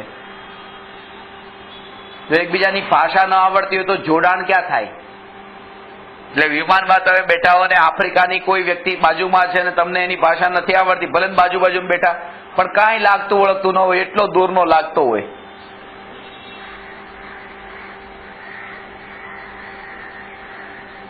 તો ભાવ તો એવો હતો કે પશુને પણ પશુની ભાષામાં સમજાવવું પૂર્વે, અને એનાથી એવો ભાવ જે હતો એનાથી તીર્થંકર પ્રકૃતિ બંધાણી. આવું થાય ને કે તમને માનો જાપાનીઝ ના આવડતું હોય પણ તમને એમ થાય કે જાપાનના લોકો સમજે, ચાઇનીઝ ના આવડતું હોય ચાઇનાના લોકો સમજે, મલાયુ તાગાલોગ ના આવડતું તાગાલોગ ત્યાં ફિલિપિન્સના લોકો સમજે. એવા ભાવ આવે પણ ભાષા ના આવડતી શું કરે? પોતાની ભાષા એ ના આવડતી હોય, પણ એ ભાવથી એવો કર્મનો બંધ થાય તીર્થંકર પ્રકૃતિનો કે ભવિષ્યમાં તીર્થંકર પ્રકૃતિ જયારે ઉદયમાં આવે ત્યારે ઓમ ખાલી વાણી છૂટે અને દરેક જીવ પોતાની ભાષામાં સમજે. આ ભાવના હતી ને, આ ભાવના ફળી. ભાવના શુભ ભાવના. મહાવીર ભગવાનની કેવળ જ્ઞાન પછી સમૂહસરણ જયારે ભરાયું, સમૂહસરણમાં 66 દિવસ સુધી ભવ્ય જીવો ભગવાનની વાણી સાંભળવા ગયા પણ વાણી નહીં ખરી.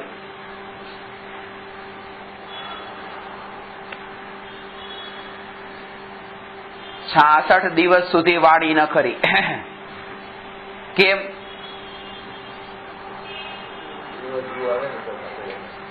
ગૌતમ સ્વામી જે ગણધરની ઉપસ્થિતિ નથી, અને ગણધરની ઉપસ્થિતિ વિના ભગવાનની વાણી ખરતી નથી એવું કહેવામાં આવે છે.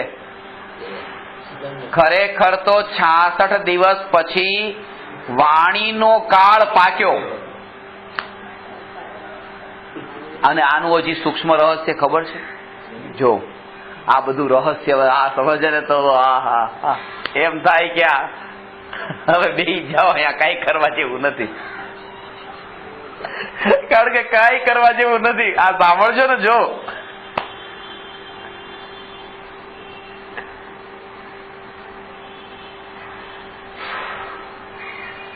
કે જેમ તમને હમણાં કહ્યું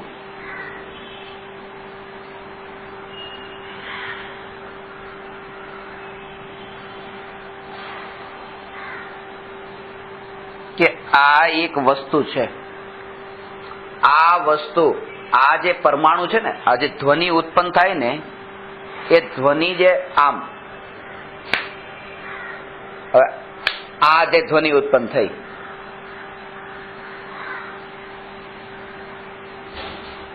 તો ભાષા વાણી ખરી ઓમ, આ ઓમ પણ આ ધ્વનિ છે. આમ ભાષા વર્ગણાના સ્કંધોનો ટકરાવ, આ ભાષા વર્ગણાના સ્કંધોનો જે ટકરાવ થાય ત્યાં વાણી ખરી. હવે અહીંયા ભગવાન છે, અહીંયા ભાષા વર્ગણાના સ્કંધોનો ટકરાવ થાય છે તો ભગવાનની વાણી ખરે છે. પહેલા દિવસે હવે તમને આજે તમે આ વસ્તુ લઈને આવ્યા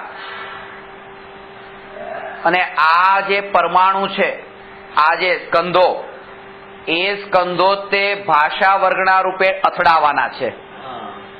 આ જ સ્કંધો, અને આ તમારી પાસે તમારા ઘરમાં છે. તમારા ઘરમાં આ વસ્તુ છે ને તમને આ જે તમારું પુણ્ય એટલું છે કે 66 દિવસ સુધી આ તમારી પાસે આ વસ્તુ રહેવાની છે. તો જે સ્કંધોનો ટકરાવ થવાનો છે એ સ્કંધોની યોગ્યતા તો એવી છે કે અહીંયા હજી રહે, અહીંથી 66 દિવસ સુધી અહીંથી નીકળે જ નહીં. તો પોતાની એ સ્કંધોની જ યોગ્યતા એવી નથી પાકી કે ત્યાં જઈને એ ટકરાય.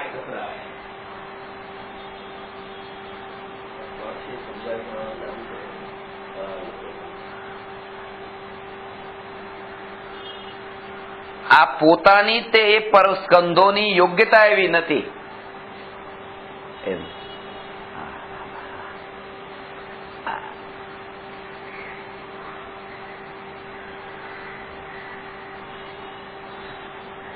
લગ્ન થઈ ગયા પછી પણ દીકરાના વહુ ત્યાં જાય છે અને ઘડીએ ઘડીએ જાય છે, ત્યાં ત્યાં રહે તો એમ લાગે હવે આ મારે જવા નથી દેવી.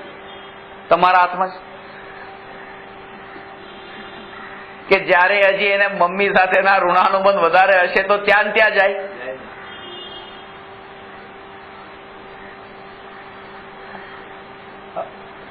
પ્રશ્ન તો થાય તો શું કેવું નહીં? એને વ્યવહારમાં કહેવાય તો ખરું ને કે ભાઈ વ્યવહારમાં આવી રીતે હોય એમ. આ જેટલી પણ વાત કહેવામાં આવે છે આ શ્રદ્ધામાં માનવા માટે છે, સમજવા માટેની વાત છે, આ બોલવાની વાત નથી. આ તો વાત એવી છે કે તીર્થંકર પણ વગર દિવ્ય ધ્વનિએ નથી સમજાવતા તો મારે કેમ સમજાવવું તમને, એટલે બોલવું પડે છે. બાકી આ સમજવાની વાત છે,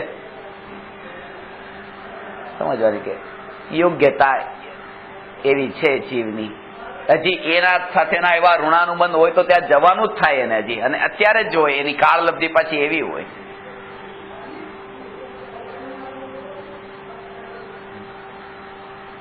કેવું આ સહજ અને બે પેરેલલી ચાલે. તમારો હવે હાથમાં ફોન છે પણ હમણાં 5 મિનિટ પછી એ જ મોબાઈલ ફોન કોઈનો પુણ્યનો ઉદય એવો જોરદાર છે કે એની પાસે આવો ફોન હોય ને આવો ફોન નહીં, એ જ ફોન હોય તો 5 મિનિટ પછી ટેક્સીમાંથી ઉતરી ગયા, મોબાઈલ તમારો પડી જાય.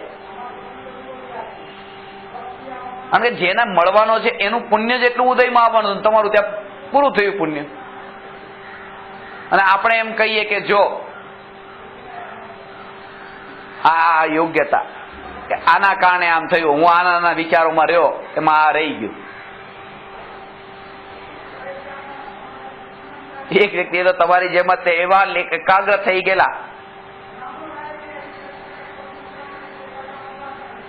પર્સ જ રહી ગયું એક જગ્યાએ. પ્રવચન સાંભળવાનું બંધ કરી દીધું કે આ તો આત્માની વાત સાંભળીને વિચારોમાં રહીએ છે તો કાંઈ પર્સ રહી જાય છે. આવું સાંભળવું શું કામ કે જેમાં આપણું પર્સ ને બધું ભૂલાઈ જતું હોય. આ તો કેવો અવસર હતો. પણ એટલા માટે એક વાત યાદ રાખજો, વૈરાગ્ય પ્રગટ થવો એ મોટી વાત નથી. પ્રગટ થયેલો વૈરાગ્ય રૂચવો અને ટકવો એ મોટી વાત છે. રૂચવો એનો મહિમા ભાવ ને એવો રૂચ્યો.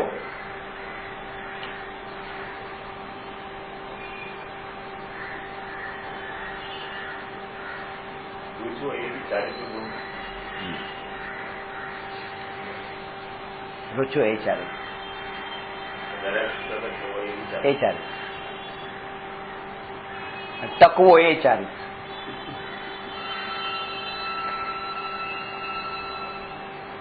ખરેખર તો બધું લિંક છે એક સાથે, ત્યારે તે ટકે છે એની સાથે.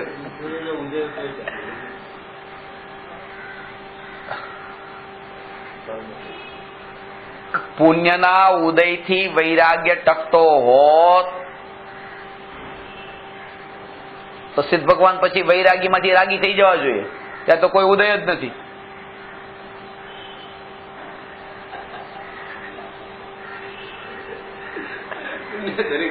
આપણે તો એવું છે કે પુણ્ય પુણ્ય ને પુણ્ય. ભાઈ કે વસ્તુની અનુકૂળતા પ્રતિકૂળતામાં પુણ્ય પાપ ઘટિત થાય છે. અંતરની પરિણતિની નિર્મળતામાં તો પુરુષાર્થ ઘટિત થાય છે. અને સિદ્ધ ભગવાન અત્યારે પુરુષાર્થી છે, અનંત વીર્યના ધની છે. અંતરાય કર્મના અભાવથી અનંત વીર્ય અર્યંત સિદ્ધને પ્રગટ થયું છે.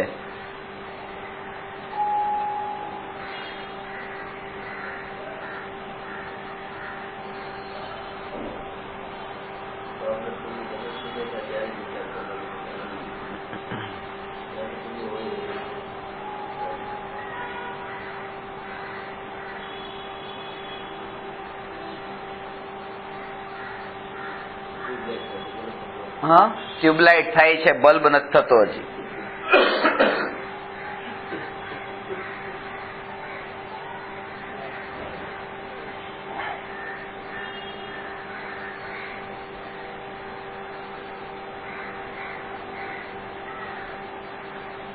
ટ્યુબલાઇટ ચંદ્રમાનું પ્રતીક છે, બલ્બ સૂરજનું પ્રતીક છે. ટ્યુબલાઇટ ઠંડી હોય, બલ્બ ગરમ હોય.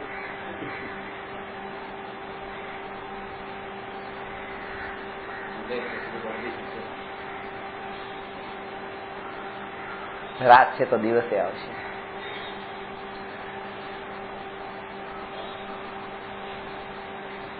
વાત એ છે કે બસ આ જે વાણી તીર્થંકર ભગવાનની 66 દિવસે ખરી, તો ગૌતમ સ્વામીના નહીં આવવાથી નથી ખરી એમ નહીં. એ તો નિમિત્ત હતા. આ નિમિત્ત નામનું સમવાય. એ જ ભાષા વર્ગણાના સ્કંદોનો એ ટાઈમે ટકરાવ થયો, એ કાળલબ્ધિ પાકી અને ભાષા વર્ગણા તે ધ્વનિ રૂપે પરિણમી. બીજી 21 વર્ગણા નહીં. એ સ્વભાવ એનો હતો ભાષા વર્ગણાનો.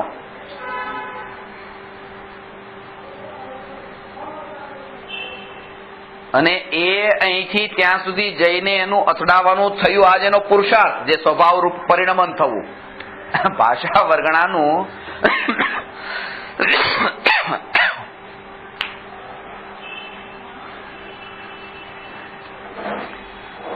ભાષા વર્ગણાનું એ સ્કંદોનું એ ધ્વનિરૂપ જે પરિણમન થવું, એ જ એનો પુરુષાર્થ. જેમ કે આત્માની શક્તિ છે અને શક્તિ જે કેવળ જ્ઞાનની છે, જયારે એ કેવળ જ્ઞાનની શક્તિ અનુસારે પરિણમન થાય તો એ પુરુષાર્થ કહેવાય.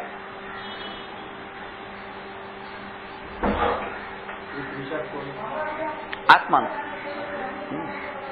વાણીનો નહીં, આત્મા પૂતગલનો નહીં. આત્માનું કેવળ જ્ઞાનનું પરિણમન થયું ને, આત્મા પોતે કેવળ જ્ઞાનને પામે ને, એટલે ભાષા વર્ગણા જે છે, વર્ગણા પોતે ધ્વનિ રૂપે પરિણમી.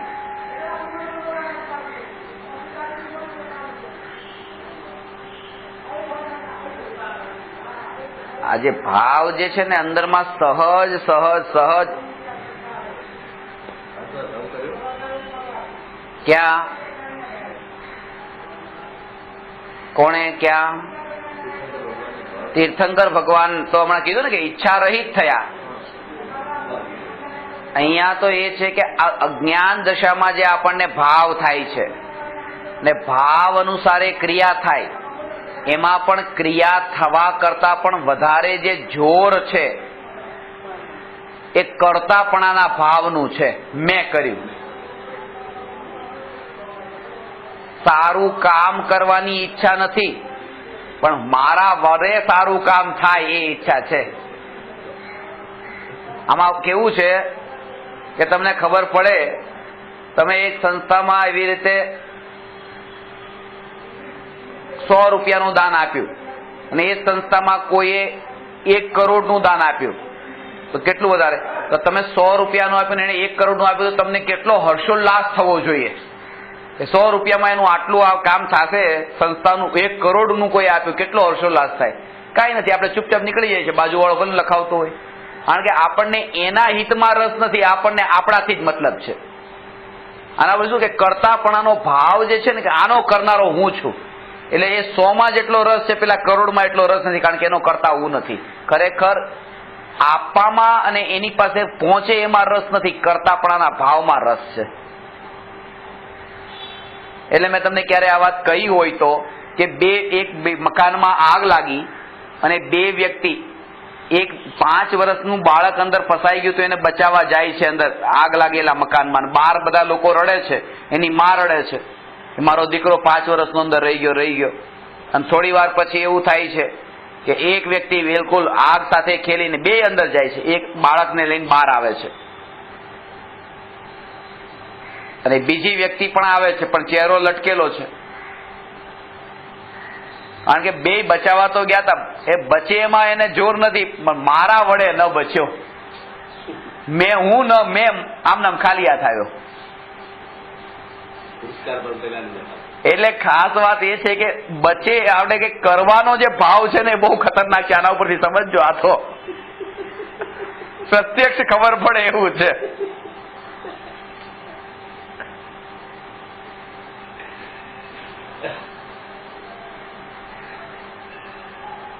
એમાં કરતાપણાના ભાવનો જ રસ છે. અધિકાર માન્યો છે ને, અધિકાર. પત્નીને ખુશી મળે એમાં રસ છે તમને કે હા, પણ કોઈ પારકો પુરુષ એક મંગળસૂત્ર લાવીને આપી દે, ખુશ કરે તો હે ભાઈ કોણ છો તું? એક પત્ની ખુશ થાય એમાં રસ નથી, મારા વડે ખુશ થાય. આ કરતાપણું, આ કર્તૃત્વ ભાવ. કારણ કે મારી છે, જ્યાં મમત્વ છે ત્યાં કર્તૃત્વ ભાવ વર્તે છે, અને એટલો જોરથી વર્તે છે. આ ભેદ ખ્યાલમાં આવે.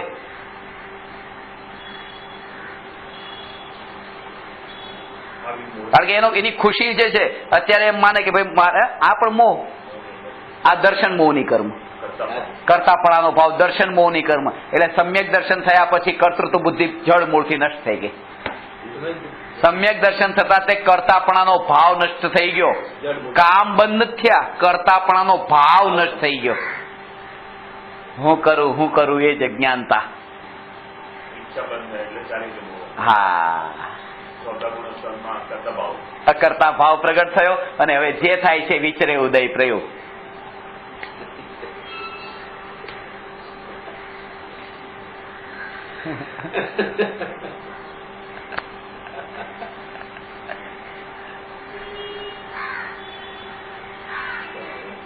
કે તમે પત્નીને ખુશ રાખવા માંગો, એ ખુશ જ છે, જે કરે છે ખુશ છે, પણ તમે જેને ધર્મનું આમ કહો એમાં બધા દુઃખી કરો છો.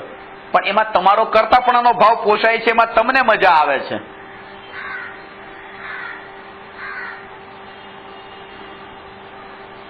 એટલે જ્ઞાનીઓનું જે વર્ણન વિવેચન કરવાની વસ્તુનું સ્વરૂપ આવું હોય છે. આમ કરે તે જીવ મોક્ષને પામે છે, બસ પતિ.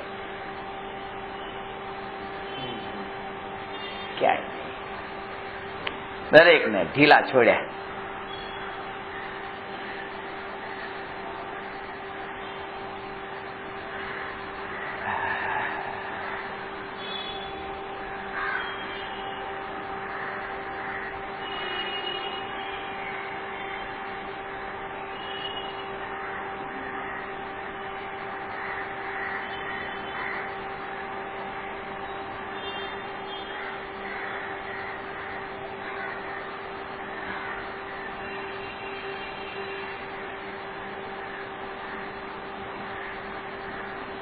આ સંબંધ કર્તૃત્વ ભાવ ઉદયનું ભેદ જ્ઞાન આ કરે ને. રામના સીતાજાત સાથેના જેટલા સંબંધો હતા એનાથી વધારે સંબંધો રાવણ સાથેના હતા.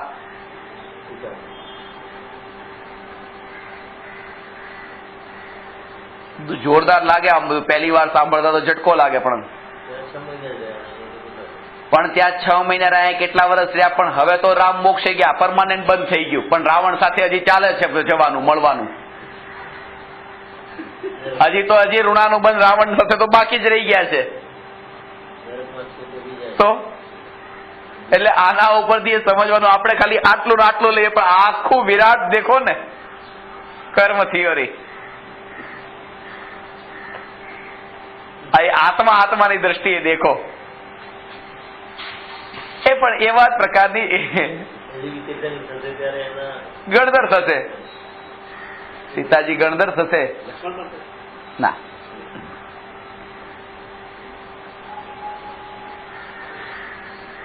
એ કેવળી થઈને મોક્ષે જશે.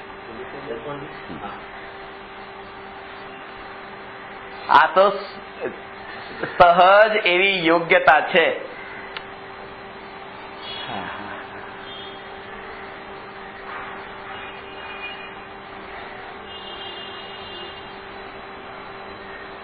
અંદરમાં આ મંગળસૂત્ર મને એટલે યાદ આવ્યું, હમણાં મારે આ થોડું બધું મંગળસૂત્રથી કામ ચાલે છે. એટલે મંગળસૂત્રથી સંબંધિત થોડું કામ ચાલે છે. ના એ નહીં, રિયલમાં આનંદના દિવસો આવવાના છે. હવે પાપને ગાળે તેને મંગળ કહે છે, અને સૂત્ર એટલે દોરી. જ્ઞાન જ એકમાત્ર એવી દોરી છે, સૂત્ર ધાગો, કે જેનાથી પાપ ગળી જાય છે. એટલા માટે જ્ઞાન સ્વભાવ જ મંગળ સૂત્ર છે. અને એના માટે હમણાં બહુ ચાલી રહ્યું છે.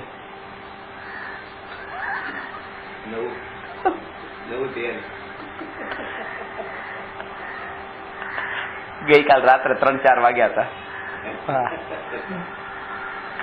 ભાગી ગયા તો ઘડિયાળ તો લીધી નથી પાસે, પણ છેલ્લે ખબર પડી ત્યારે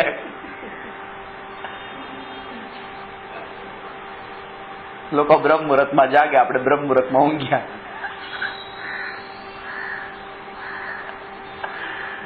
આ મંગળસૂત્ર, આ જ્ઞાન એ દોરી છે ને એનાથી બધા પાપો મંગળ ગળી જાય છે. પાપ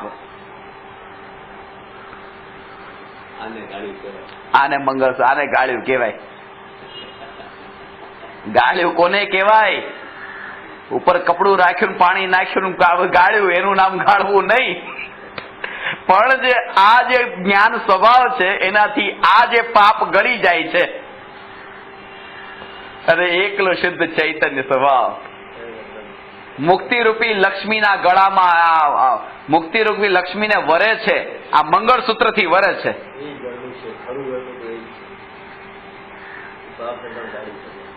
પાપને પણ કાઢી શકે. સાચી વાત. હવે ભાગ અને વચજો ગે વસાય.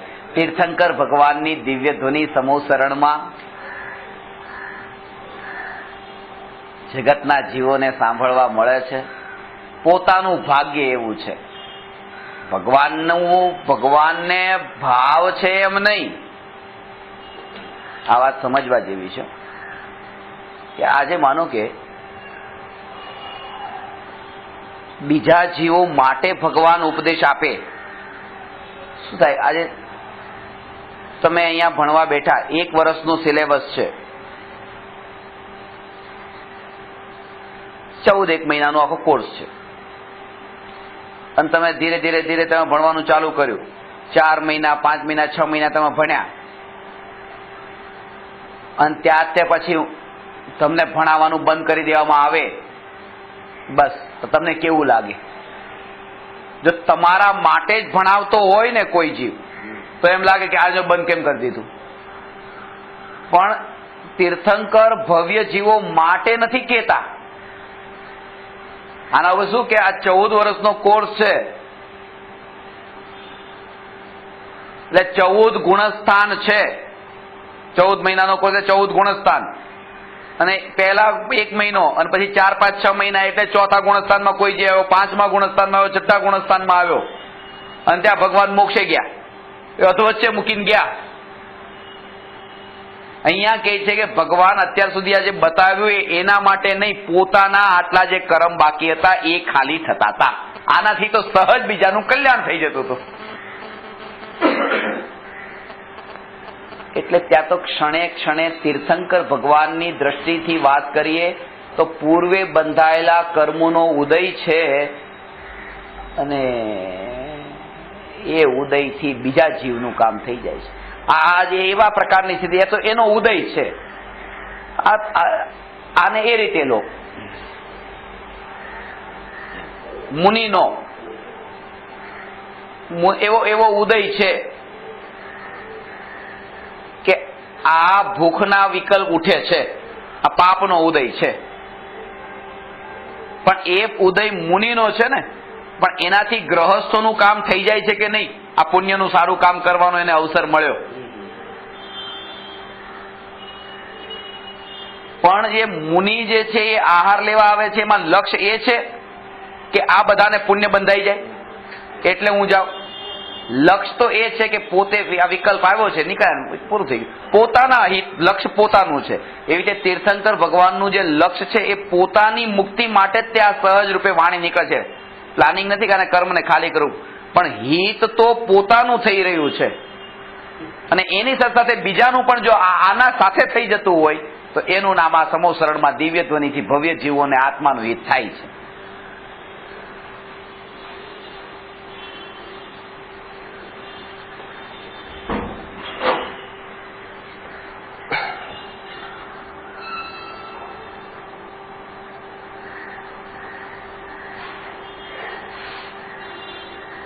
એટલે ભગવાનની દિવ્ય ધ્વનિ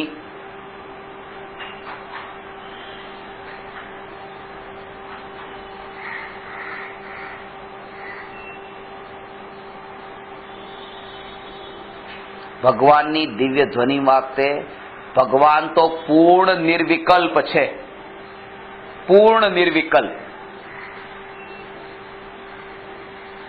પૂર્ણ નિર્વિકલ્પ સ્થિતિમાં પણ વાણી નીકળે છે એટલે કે ઈચ્છાની જરૂર નથી કે યોગથી નીકળે છે.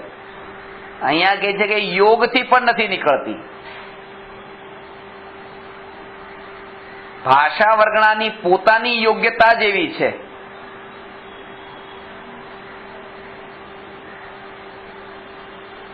આ જે વાણી નીકળે છે કે અહીંયા મારી ઈચ્છા છે એટલે વાણી નીકળે છે, કે હું અહીંયા બેઠો છું એટલે વાણી નીકળે છે, એવું તો નથી. કેમ કે આવું હોય તો હમણાં 2 કલાક પછી ઘરે જઈને તમે આ જ પ્રવચનની કેસેટ ચાલુ કરો, ત્યાં ના તો મારી ઈચ્છા છે ન તો મારો યોગ છે, પણ તોય વાણી નીકળે છે, કારણ કે વાણી નીકળવાની યોગ્યતા ત્યારે હોય છે. એવી સ્થિતિ અત્યારે ખ્યાલમાં આવે. અને હજી વાત આ ખાસ સમજવા જેવી છે કે તીર્થંકર ભગવાનની દિવ્ય ધ્વનિ ઈચ્છાથી ન ખરે, પણ ખાસ વાત એ છે કે સંસારી અજ્ઞાનીઓની વાણી પણ ઈચ્છાથી ખરતી નથી. ઈચ્છા એ જીવની પર્યાય છે અને વાણી પૂદગલની પર્યાય છે, અને એક દ્રવ્ય બીજા દ્રવ્યનું કરતા નથી. તેથી કરીને જીવની ઈચ્છાથી વાણી ખરતી નથી. તીર્થંકરમાં તો ઘટિત નથી થતું, અહીંયા ઘટિત નથી થતું. આવું સ્વરૂપ છે.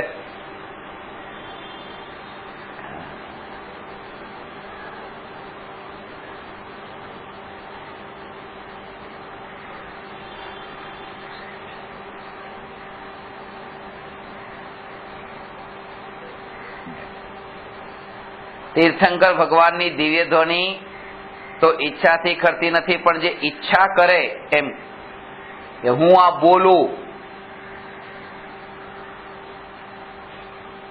સહજ રૂપે વાણી વાણીમાં છે.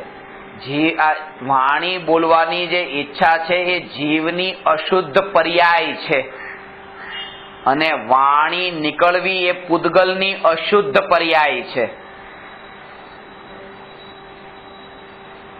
પૂછો, વાંધો નહીં, પૂછો.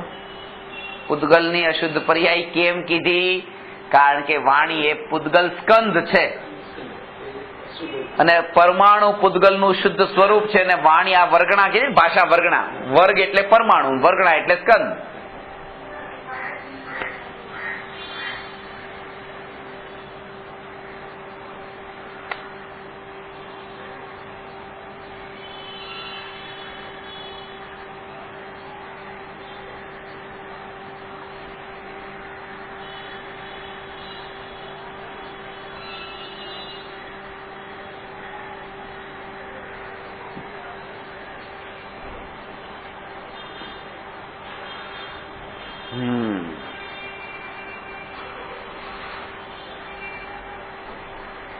એટલે એક પૂદગલ ને બીજા પૂદગલ વચ્ચે, એક પૂદગલ ને જીવ વચ્ચે અત્યંતાભાવ છે. 4 પ્રકારના ભાવ છે. પ્રાગભાવ, પ્રધ્વંસાભાવ, અન્યોન્યાભાવ, અત્યંતાભાવ આવશે બધું. આ પણ એ અત્યંતાભાવ છે.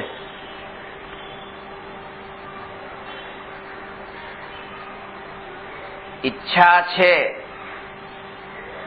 પણ વાણી નીકળતી નથી. એકેન્દ્રિય જીવોને ઈચ્છા તો છે પણ વાણી ક્યાં નીકળે છે? તીર્થંકરને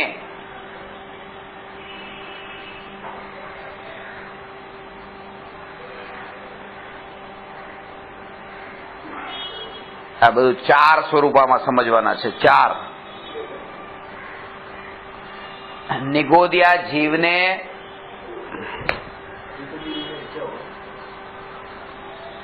તો પછી વિતરાગી થઈ ગયો ને, ઈચ્છા વગરનો. નો ઈચ્છા હોય તો અરે નિગોદિયા જીવને પણ એ ચારિત્ર મોહના ઉદયથી એ ભૂમિકાના અંદર એ ઈચ્છા નથી.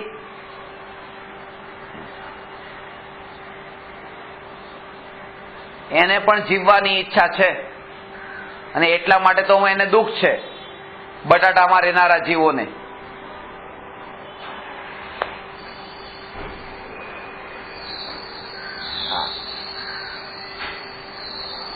અંદર અંદર જન્મ મરણ જન્મ મરણ જન્મ મરણ. જીવવાની તો ઈચ્છા છે, પણ જન્મ મરણ શ્વાસના અંદર 18 વખત જન્મ મરણ થાય.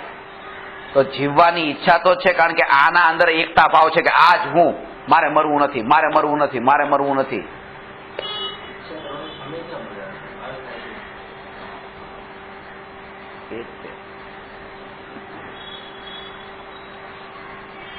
સમય એટલો તીવ્ર ગતિથી વહેતો હોય છે, ખબર નથી પડતી. એક સેકન્ડમાં એવા સમય વીતી જાય છે સળંગ, ખબર પણ નથી પડતી. આ અનંત કાળની બરાબરીમાં મનુષ્ય જીવન જે મળ્યું એ કેટલું, આમ અનંત અનંત અનંત ભાવ, આ અનંત અનંત અનંત ભાવ, પણ અનંત ભાવની બરાબરીમાં મનુષ્ય જન્મ છે કે નહીં? આમ એક બિંદુ જેવો છે, અનંત ભાવ આ બાજુ અને આ બાજુ, અનંત કાળ આ બાજુ, અનંત કાળ આ બાજુ, અને આટલો ભાવ. પણ તોય આટલા ભાવમાં પાપ થઈ જાય છે કે નહીં? કેવળી ભગવાન તો અનાદિ અનંત બધું જાણે છે. તો એ અનાદિ અનંત કાળને જાણે છે, તો એમના એ જ્ઞાનમાં કાળ જે જણાય એની બરાબરીમાં તો આપણો જે આ કાળ,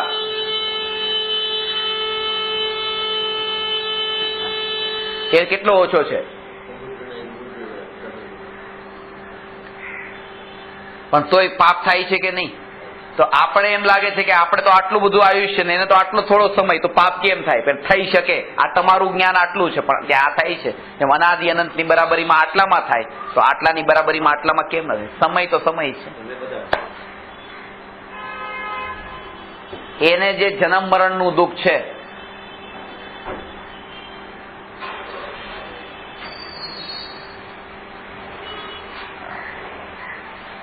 બહુ જ પૂર્વના એવા કષાયો એવા ગાઢ પડેલા હોય.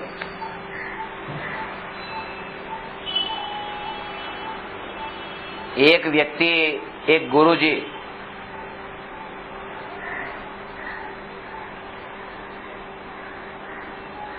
કાલે પેલી વાત આપણે કરી કે શ્રીનાથજી અમે ટ્રેનમાં કે અમે શ્રીનાથજીનો ધર્મ પાળીએ છીએ. એ વખતે આ વાત, એટલે ગઈકાલે મેં તમને શ્રીનું કીધું, શ્રીનો મતલબ થાય લક્ષ્મી. આ જ્ઞાન જે છે ને, આ જ્ઞાન લક્ષ્મી છે. એ સ્ત્રીનો અર્થ આ શાસ્ત્ર એટલે સ્ત્રી, નાથ એટલે પરમાત્મા દેવ, શ્રી એટલે શાસ્ત્ર, નાથ એટલે પરમાત્મા દેવ, અને જી એટલે ગુરુજી, ગુરુ, દેવ શાસ્ત્ર ગુરુ. એ ભલે શ્રીનાથજી બોલે, આપણે દેવશાસ્ત્ર ગુરુ યાદ કરો.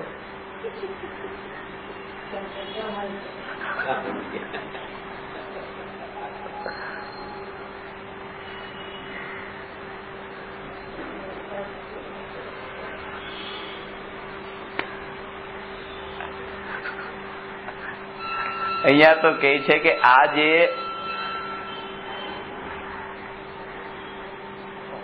વાણી જે નીકળે છે, નિગોદિયા જીવને પણ ત્યાં એ ઈચ્છા છે, એકેન્દ્રીને ઈચ્છા છે, પણ વચન નથી. તીર્થંકર ભગવાનને વચન છે, પણ ઈચ્છા નથી. વાણી નીકળે છે પણ ઈચ્છા નથી. મનુષ્યને ઈચ્છા પણ છે ને આ વાણી પણ છે, અને સિદ્ધ ભગવાનને ઈચ્છા નથી ને વાણી નથી. આ ચાર વાત સમજવાની છે.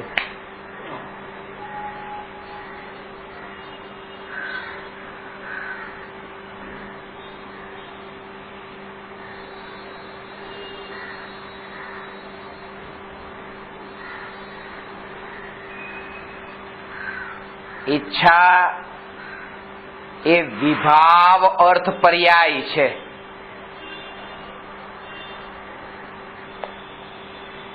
ને વિતરાગ ભાવ એ સ્વભાવ અર્થ પર્યાય છે.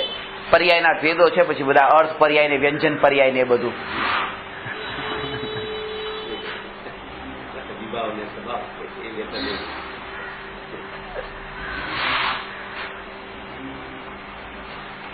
એટલે આના પરથી રહસ્ય ખાસ એ સમજવાનું છે કે પ્રત્યેક ક્ષણે એ જાગૃતિ વર્તે કે બોલનાર તે હું નહીં.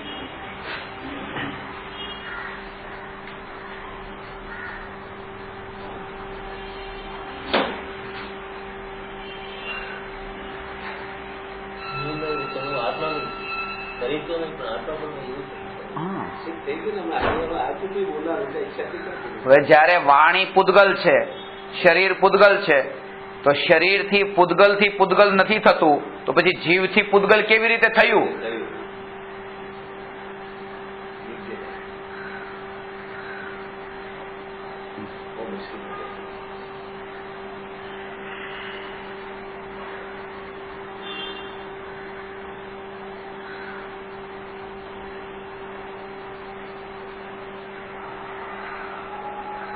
ભારતથી ફોન કર્યો અમેરિકા,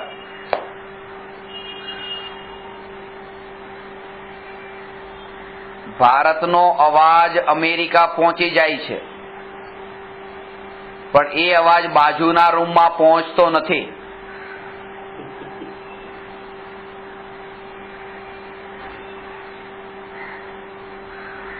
આ યોગ્યતા.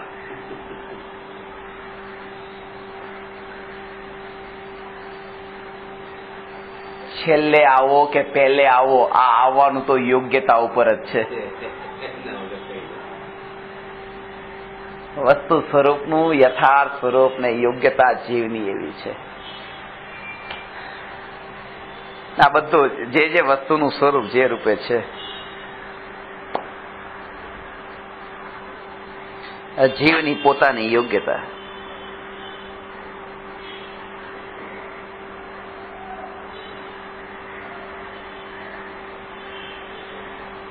વાણી તો સાંભળવા મળી, પણ સાંભળીને જીવોએ શું કર્યું? એ જે જીવની જેવી યોગ્યતા.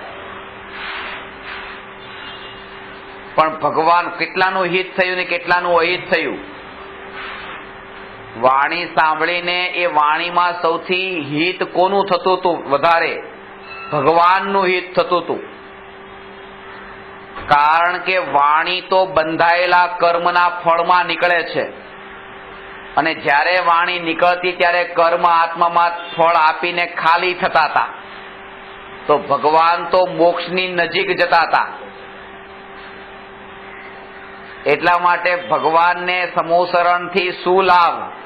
કે લાભ ખરો કે આ કર્મ ઉદયમાં આવીને ખાલી થાય છે, ભગવાન કર્મ રહિત થઈ રહ્યા છે.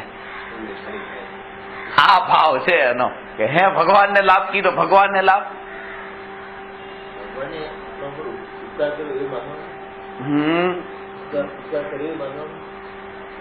ભગવાને ઉપકાર કર્યો એ માનવાનું નહીં, બિલકુલ નહીં માનવાનું.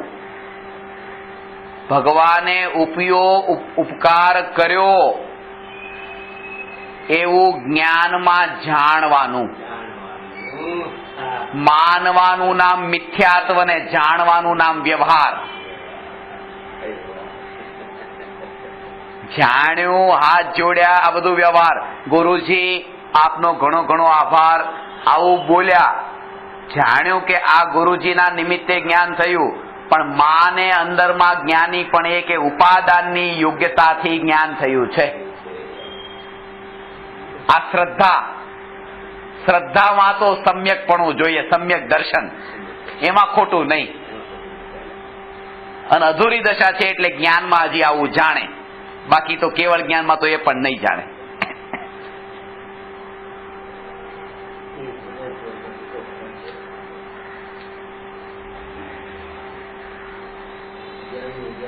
એટલે આવા કરતાપણાના ભાવથી એમ ન જાણે.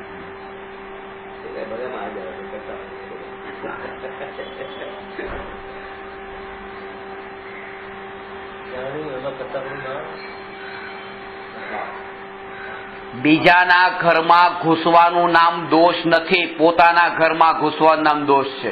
દોષ નથી, બીજાના ઘરમાં ઘૂસી જવું એ નામ દોષ છે. બીજાના ઘરનું માલિકીપણું કરીએ તો દોષ છે, પોતાનું ઘર છે, પોતાના ઘર. આ તો જ્ઞાન સ્વભાવ છે ને, પોતાનું ઘર છે.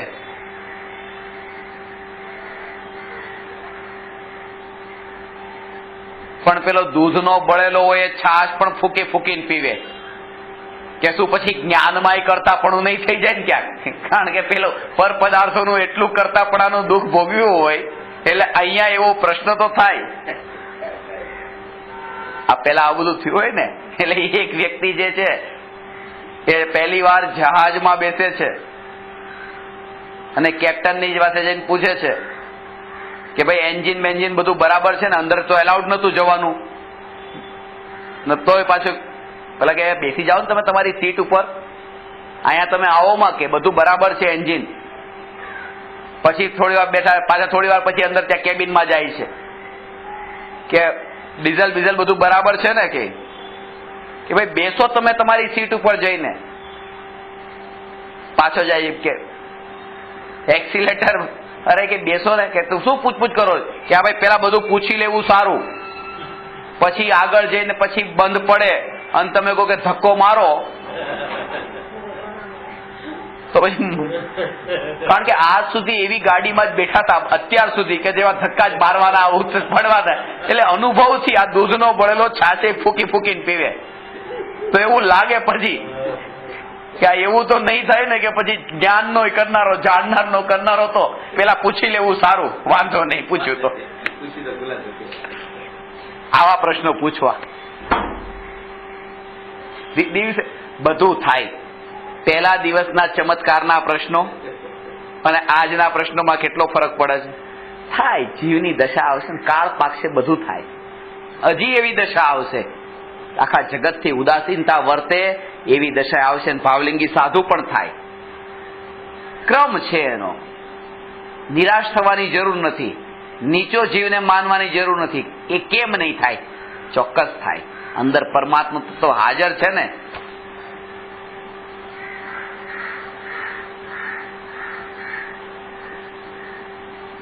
જ્ઞાનમાં જાણવામાં કરતાપણું નથી, કારણ કે કરતાપણાનો જે ભાવ હતો ને આ સમજવા જેવું છે. જાણવામાં કરતાપણું કેમ નથી? બહુ સૂક્ષ્મ રહસ્ય છે.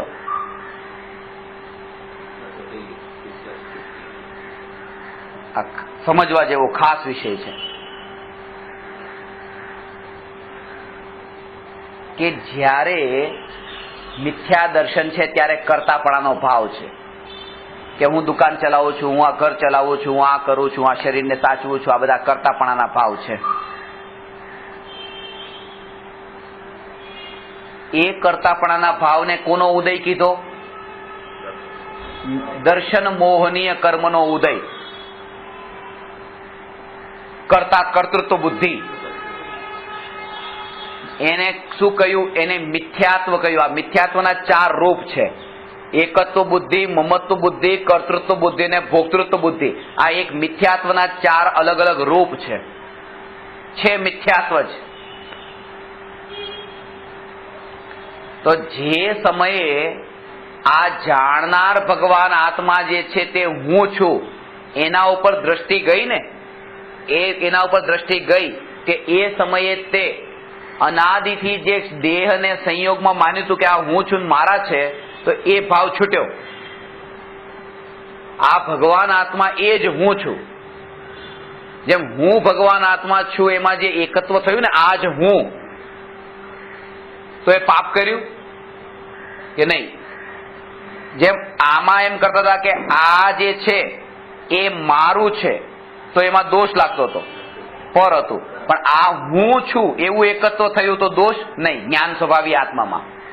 એવી રીતે કે હું આનો કરનારો છું તો એમાં દોષ છે, પણ હું આનો જાણનારો છું તો એમાં જે એકત્વ થયું એનો કરનારો કે જાણનાર છું, એમાં જે કર્તૃત્વ એ દોષ નથી. કારણ કે અને બીજી વાત એ કે જ્યારે હું ભગવાન આત્મા જાણનાર છું એવું જ્યારે અનુભવમાં આવ્યો ને, ત્યાં મિથ્યાત્વનો ભાવ ગયો. મિથ્યાત્વ ભાવ ગયો તો કરતા ભાવ ગયો. અને એટલા માટે સમ્યક દ્રષ્ટિ જ્યારે જાણે છે કે હું જાણનાર છું, પણ એ કરતા ભાવ નથી. કારણ કે કરતા ભાવ તો મિથ્યાત્વનું નામ છે, ત્યાં મિથ્યાત્વ છે જ નહીં. કઈ ક્રિયા કરે છે ત્યાં તો પછી જગતનું આમ કરે છે એ પણ કર્તૃત્વ નથી, કારણ કે ત્યાં મિથ્યાત્વ નથી. ક્રિયા કઈ છે મહત્વનું નથી, મિથ્યાત્વ ભાવ રહિતનું જે કાર્ય ચાલે છે એ બધું જ કર્તૃત્વ છે સહિતનું. ને મિથ્યાત્વ ભાવ રહિત જે છે એ અકર્તા ભાવ છે. જોર મિથ્યાત્વ પર આપવાનું છે.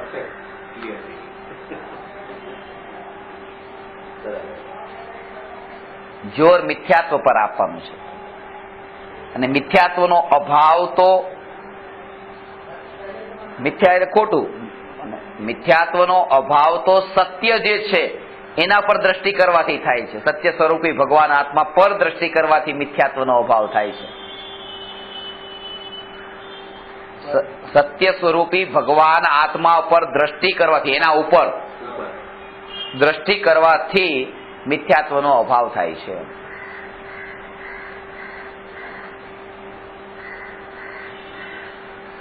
સીધી સાદી વાત સાર એ છે કે પોતાના કાર્યમાં એટલું વ્યસ્ત રહેવું કે બીજાના કાર્ય શું ચાલે છે એના ઉપર દ્રષ્ટિ પણ ન જાય.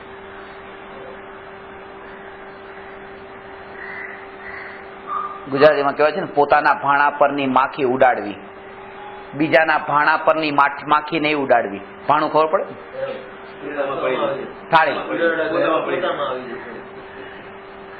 આવી જશે. શું એ કે બીજાને માખી ઉડાડવાનો ભાવ કે બીજાના મિથ્યાત્વને છોડાવવાના જે ભાવો છે એમાં જ પોતાના ભાવો કેટલા ત્યારે ને ત્યારે થઈ જાય છે.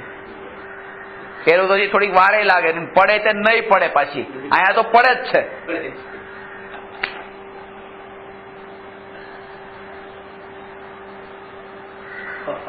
ચાલો વગાસું આવ્યું. નમો અરહંતાણમ નમો સિદ્ધાણમ નમો આયરિયાણમ નમો ઉવજ્જાયાણમ નમો લોય સવસ